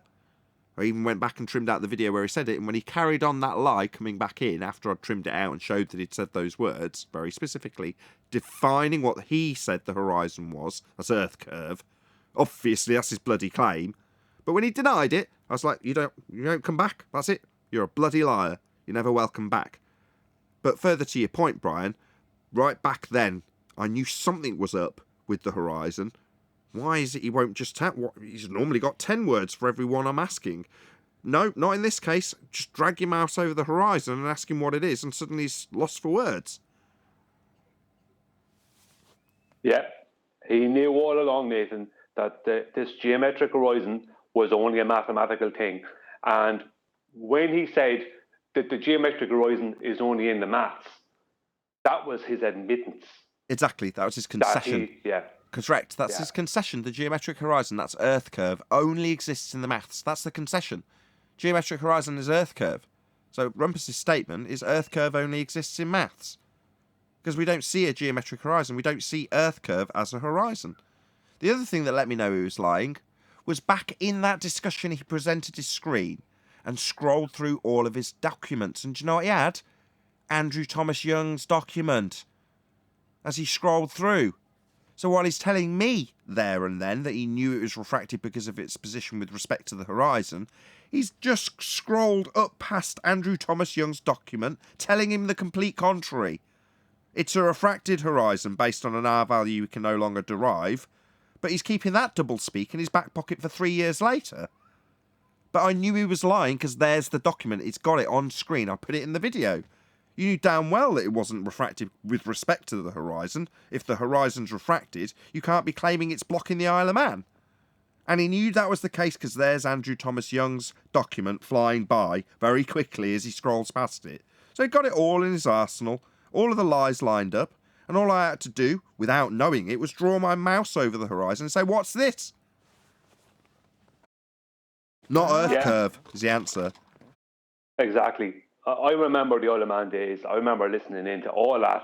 I think I started joining in on the show around that time, but I don't know if you were using Discord at the time. It was something like that. But I remember joining in on the show bits and pieces at the time. But I remember all of that, and I remember distinctly he claiming constantly that the horizon was blocking things. He claiming that was our curve. It was a constant. It wasn't just him. It was everyone was coming in with him. They were all claiming the same thing. Now, I reckon at that time, there were 7, 8 Globers coming in at the time, claiming the same shit. Yeah. And I reckon he actually... Sorry, Arwen, just let me just say this last part. I actually reckon he knew that the geometric horizon was purely mathematical, but he knew that the other Globers didn't. So he bolstered up his own lie by allowing the other Globers, whether it be Bob or whoever else, Blue Marble, or whoever was coming in at the time, he was bolstering up his own lie by allowing them to be deceived by him. They didn't find out that the horizon wasn't a geometric location, most of them, until the Black Swan. Well, he just compartmentalized it, and his entire argument for a very long time before we started to figure out this cornerstone element was, terrestrial refraction, but sometimes it's maximized and it looks all flat. Then the horizon we see isn't geometric. The geometric horizon is much closer by, right there, where X meets the spot in the middle of the ocean. Right? It's refracted. And other times it's more optimized. Now it looks more as it should be, more like a globe. And then the horizon is its geometric function again. And that was what he was trying to tell, or basically describe, without the confession that, well, the geometric horizon of the globe is basically not always the horizon. No, he did give us that. Quote, the geometric horizon only exists in the maths. End quote. Yeah, but that's afterward, though. That's after we figured that out. Oh, after the Black Swan? Yeah. Right. Yeah, that's right. When we got the... Yeah, we do have a geometric horizon. Yeah, that'd be the Earth curve obstruction that you fought for. No, we don't have a geometric horizon response to the Black Swan. Yeah, we do have a geometric horizon because I fought for it for a long period of time and everyone alongside me thought it was blocking the Isle of Man. But we don't because you proved it isn't. And then the disclaimer, we only have a geometric horizon that exists in mathematics only. We don't have Earth curve horizons. I remember back in early 2017, I think it was early 2017, and J. Tola Media brought out his Mount San Jacinto observations. There was like 2 observations within this space of a couple of weeks. And I remember distinctly, because I remember using the argument prior to that, here and there, on YouTube. But in 2015 and 16, there was such nonsense to do with NASA and other things like that. You ended up arguing about everything and anything except for the actual real physical world you're in. But I remember distinctly using that argument, saying, using the ballers, they were claiming that J. Tola Media was at 200 feet. He was a liar. He wasn't at 150 feet, right? Right? They had no proof of that. They were just used to say these things. And I started using their 200 foot and asking, okay, where is this horizon that half of Santa Monica and whatever else is supposed to be going off behind? Where is this horizon? Where is your horizon? Because like for things to be going over a curve, that means there has to be a horizon line of going over. There's an edge to that curve. Where is the horizon? And none of them could answer it. Every one of the top ballers at the time, right, none of them could answer it. And Rumpus Brian, stop never changing history, addressed it. Brian. Yeah, I could do it exactly, right yeah. now. But Rumpus was in the comments on YouTube and stuff at the time, and I don't remember Rumpus even addressing it. Like everyone else did at the time, I think. Conspiracy Cats, Bob the Science Guy, all these kind of people. There was others too at the time that may not be around now. But all those kind of main people were in on that because Jay Tolan's video was causing them bothers. So they were doing their best to make him into a liar and say that he's not proven anything and whatever other nonsense to come up with. But when I asked them that question, none of them could deal with it. They had no answers. Just turned into ad homs. But Rumpus never addressed it. He didn't even ad hom, just nothing. Of course he did. He wanted it to blow over because he knew that his big grip, because Rumpus had a lot of grip over the machinations up until that point. And he knew very consciously, if this becomes public awareness and they all figure it out, my power is gone. So he couldn't even struggle against it. He could just like sit silently hoping it wouldn't be snatched away from him. Yeah. Because he knew the game was up. Well, I hope that it would blow over. It went from, like whenever the ballers think that they have like a champion, they'll throw him out there. Hey, he's here. Let him talk. Now, whenever Rumpus is in a room, they're like, "Shut up! You're making it worse. Go away." Yeah. It's really sad times, though. They're probably happy that Nathan banned him because he can't come here and spew his nonsense and make the globe side look ridiculous with his geometric horizon only exists in the math. We don't have a geometric horizon. All this crap that he said all these years. Right? Chocolate, he's 6'4". He could beat me up. That's exactly why we should unban him, despite everything, for practical purposes. Despite him being Are you out of flat your out mind? overt liar, you think that Yes. we should just tolerate that? No, not at all. No. Nathan, I got a slide in Master B if you would. Art of Sang Soon. The day he comes on this show, I'm out of here. Art of Sang Soon. Keep your enemies closer. It's going to be worth it. No, that's actually Vito Corleone told that's what Michael we did at the Corleone that, start. and we Yeah. annihilated them. Hold on, is no longer an adversary in any way, shape, or form. He's now a proven liar. Now, if you think that somehow because he's going to still be out there on the circuit spewing his lies that I can prove, just dig out the video. There you go. There's him lying. Here's him saying it back in 2017. Here's him saying it in 2021, lying about it. Here's him being confronted about it, giving him 3 opportunities to correct his lie, but he can't correct his lie because at that point, Black Swan's out in the open and the horizon's then refracted, meaning he can't get an R value to refract it with, paradoxically. So he's got to just stick with whatever's currently on the table. Well, currently he's claiming refracted because he's dealing with a Black Swan argument. So, liar? No, I've always said it's refracted. No, you haven't. You claimed it blocked boats and buildings into the distance with a hidden value. That was the horizon that was Earth curve back in the day. Now you've got to lie about it. Well, he's got no choice. He's got to stick to the lie. He's got to keep peddling that refracted lie. When he's been peddling, it's blocking boats and buildings. He's got nowhere to go. Well, I don't want those people here. What I want from somebody in that position is to say, yeah. When he was saying the geometric horizon only exists in the maths, that's correct. Earth curve only exists in the maths. Thank you, Rumpus. When he's saying, I never said it wasn't refracted, that's a lie. He's no longer of any use to me, Arwin. You're never going to convince me otherwise.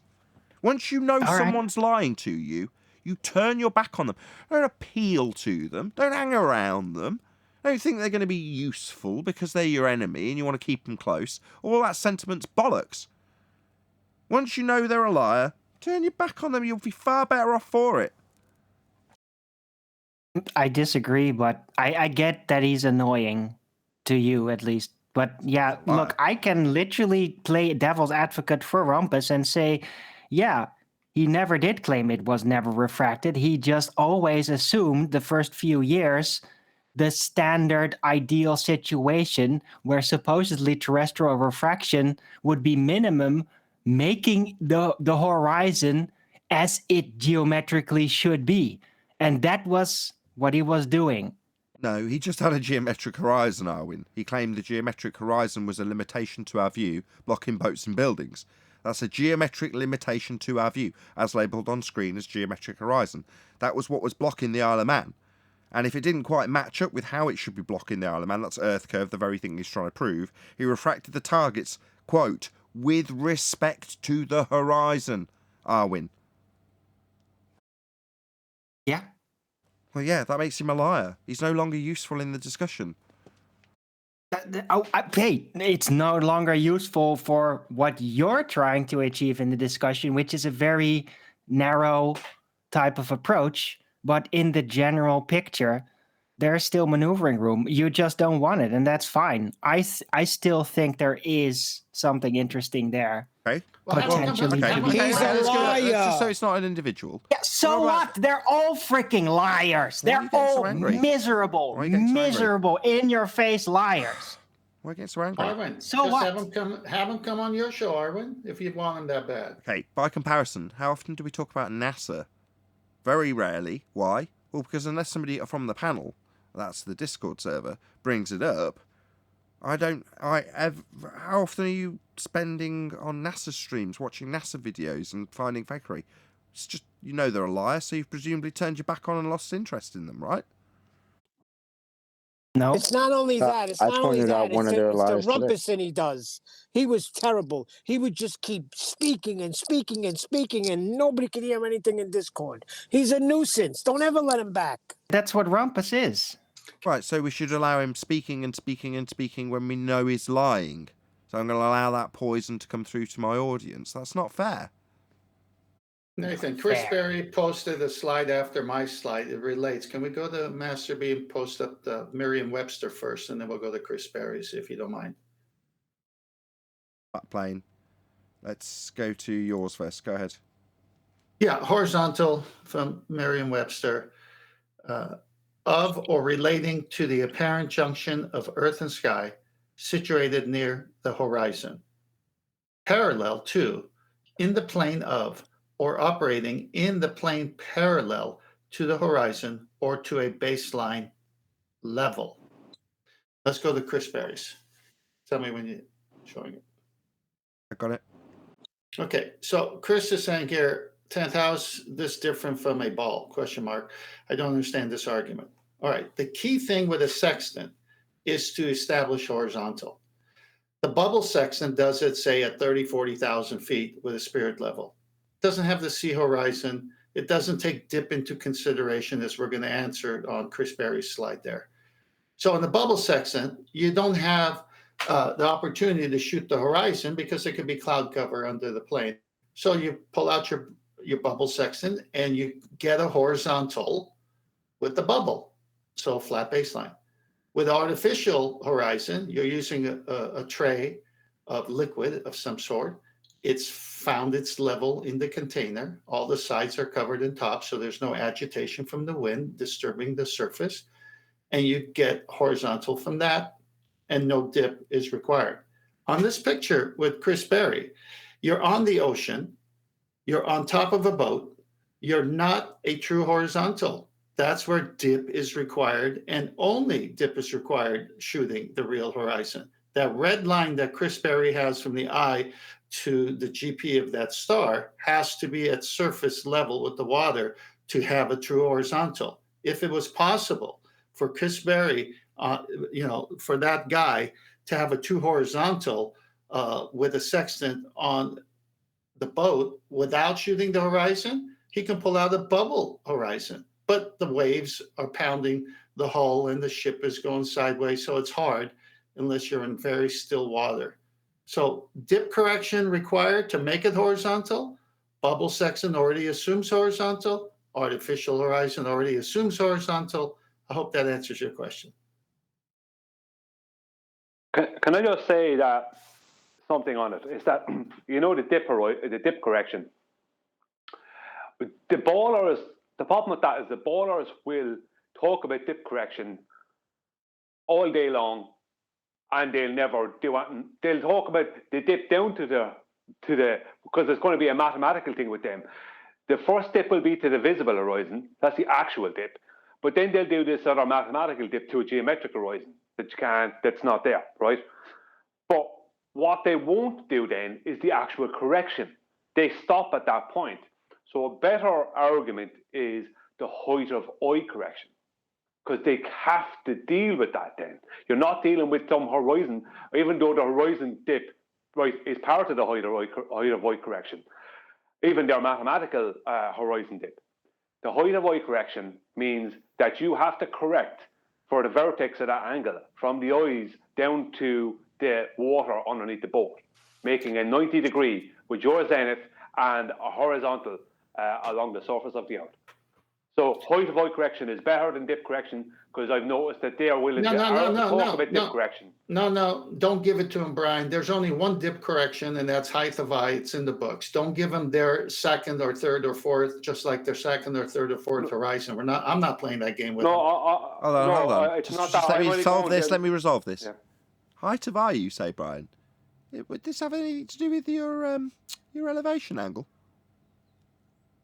Yes, Nathan. The height of eye correction gives you a 90 degree, and you need a 90 degree angle to do an elevation measurement.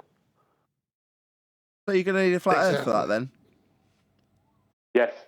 And regardless of which side of the argument, you're going to be doing that if you're using a sextant, then that's going to be done. Yes, has to be. So just another session of props to QE for his carefully phrased housekeeping question in this regards. So any evidence you can have a curved adjacent when acquiring that elevation angle that we're discussing here, and after that you'll have a height of eye correction, correct? Yeah, exactly. So you need to establish a horizontal baseline first in order to do anything, and after that you might do a dip correction if you're using a natural horizon and you're above the surface of the ground, which obviously is going to be your horizontal baseline. So in conclusion, you're going to need a flat earth because you're going to be measuring a horizontal baseline. That's your elevation angle measurement to the star. Well, the thing about it is that the thing about it is there isn't anything other than the height of eye correction. That's kind of my point. There is no dip, like what they're calling a dip correction.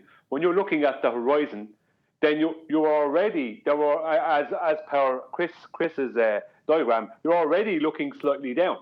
So when you do the height of eye correction, that brings the other side, the other end of that straight line down along the surface of the earth, giving you an absolute horizontal, making it all geometric. Nathan, Chris Berry has a second following up question, if you don't mind. In the Discord server, if he wants to just ask us, unless he's well, no, I mean it's on the he says 10th kind of, meaning how does this? Well, let me start again for the audience sake. 10th, how is this different from a ball? I don't understand this argument, which was that picture he put up, and then he says 10th kind of after I explained it and Brian explained it. You're saying the type of instrument used matters, question mark. Why wouldn't a bubble level work on a ball? Now, I don't know if I really need to answer that one. It's pretty obvious. Because the line that you're drawing... I am here. Yeah, hey, Chris. When you're using a bubble sextant, so you're establishing a zenith, right? You've got a perfect line that's running vertical, right, with your bubble sextant. But then the position that you're drawing out from that at 90 degrees along the ground, that's where you're trying to achieve your triangulation point at the GP of the star.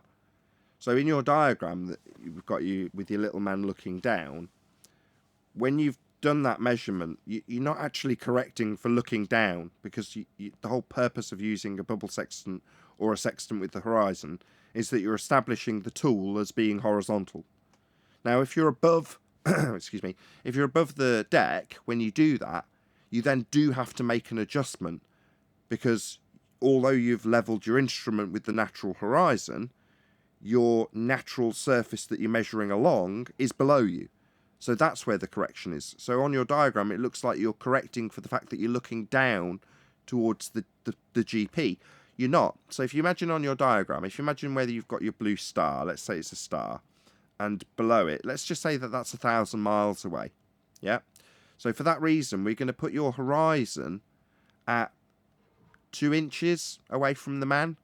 So he's holding his sextant and he's looking out at a point 2 inches away. So, you know, bearing in mind there's another, 10 inches to the GP. He can't see it.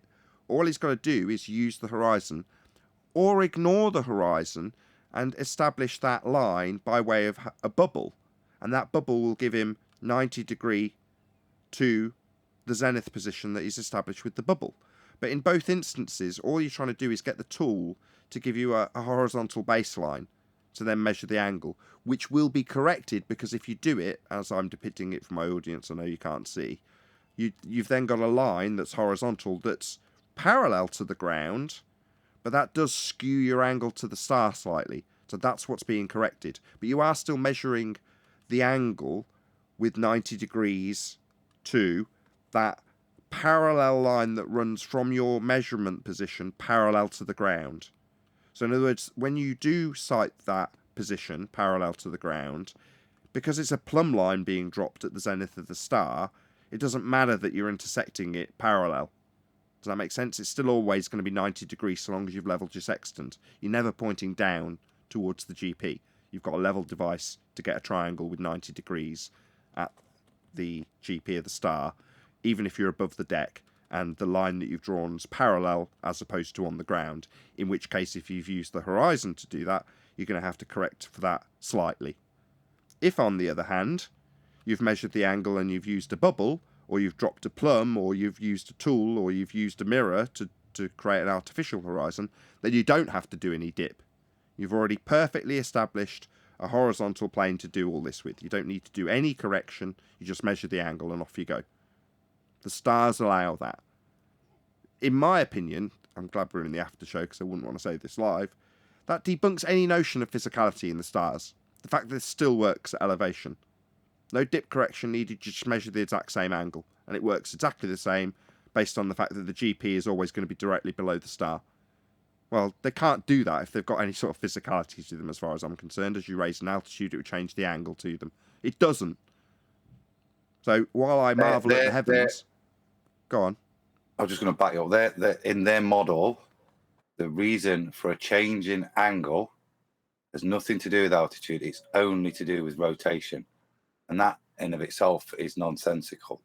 But when these things do render for us and stay the same irrespective, that like I say, I'm not making a positive claim, but for me, it rules out that they are in any way a physical point for us to reach, or I say it's wholly apparent its position. With the phrase, I would say it makes it quite clear that their measurement is apparent.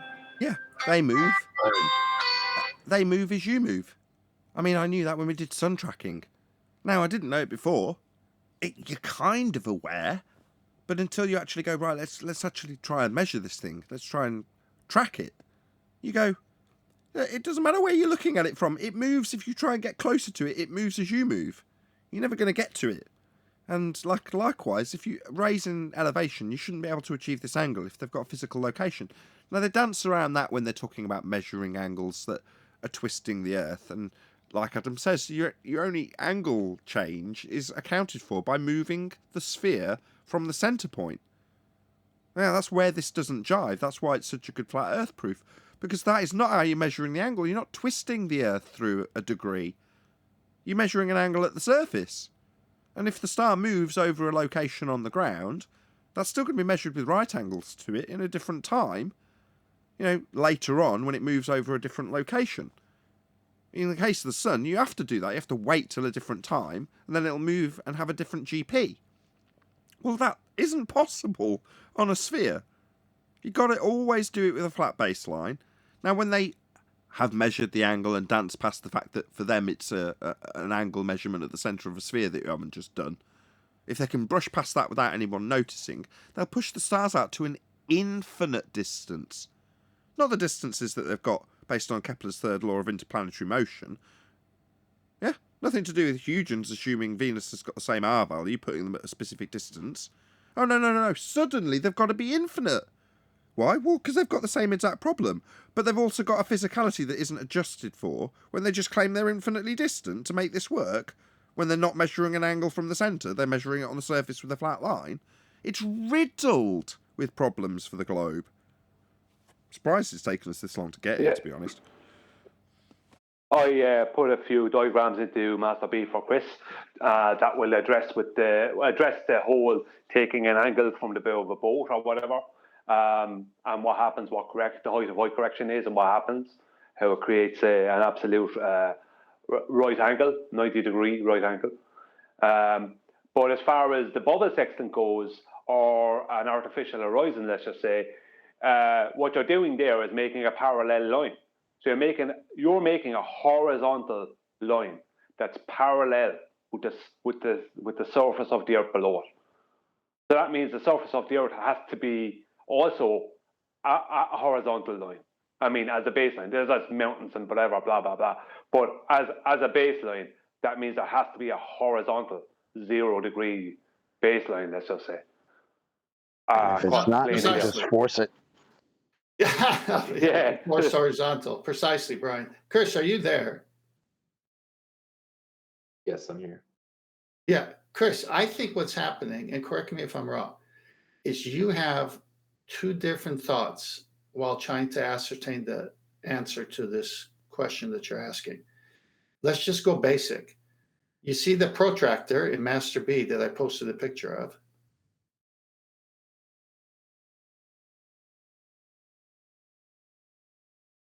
Say that again. Which picture? The protractor. It's just a protractor. Oh, yeah. Okay.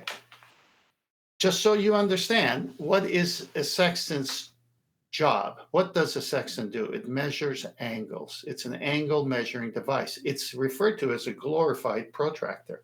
So much like the one on the image here of a plastic protractor. You got to have a baseline that's 0 for both the sextant to work and for a protractor to work. It's called celestial navigation because we're using celestial objects. We're not using anything on land other than a reference point for the baseline. The horizon serves as that reference point for the baseline because you can't get an angle with a curved adjacent. So the sextant couldn't work, a protractor couldn't work on the curved adjacent. So they use the horizon, they establish their 0, and then they get the GP of the star from the angle. It could never work on a curved surface. Now, when we transition to a bubble sextant, you're using a bubble level, and you're not even on the Earth, on the waters, having to do dip correction to get that baseline. You're in the sky, on the plane, and you say, look, the Earth is, okay, this is me talking, but it's the same thing. Okay, the Earth is flat, baseline, I got to match it up here. Set that bubble to horizontal, and then guess what? It works the same way, but no dip correction. Why? Because you already established horizontal. Whereas at the sea, you're 14 feet above the deck, the water line. So you must do dip correction of 14 feet to get to that base level that bubble gave you on the airplane. You got to get there because you're not using a bubble on the boat. You're using the natural horizon and you're above it. So you got to get down to it at waterline. So you got to establish that baseline. It's so simple. Those pictures Brian put up and the other ones that I put up will show you. It could never work with a curved adjacent. With that, I'm going to say another huge, massive, enormous thank you to both Discord and G+ panels for making today's after show possible. And of course, a massive thank you to all of you in either Nathan Oakley 1980 or Nathan Oakley premiering streams, hopefully smashing the super chat, liking, commenting, sharing, subscribing, hit the PayPal link and all that good stuff. Also, below this video, you can get £50 for swapping your UK electricity supplier to Octopus Energy, and this is a particular note if you drive an electric vehicle. I've been Nathan Oakley, and I will see you all in the next video.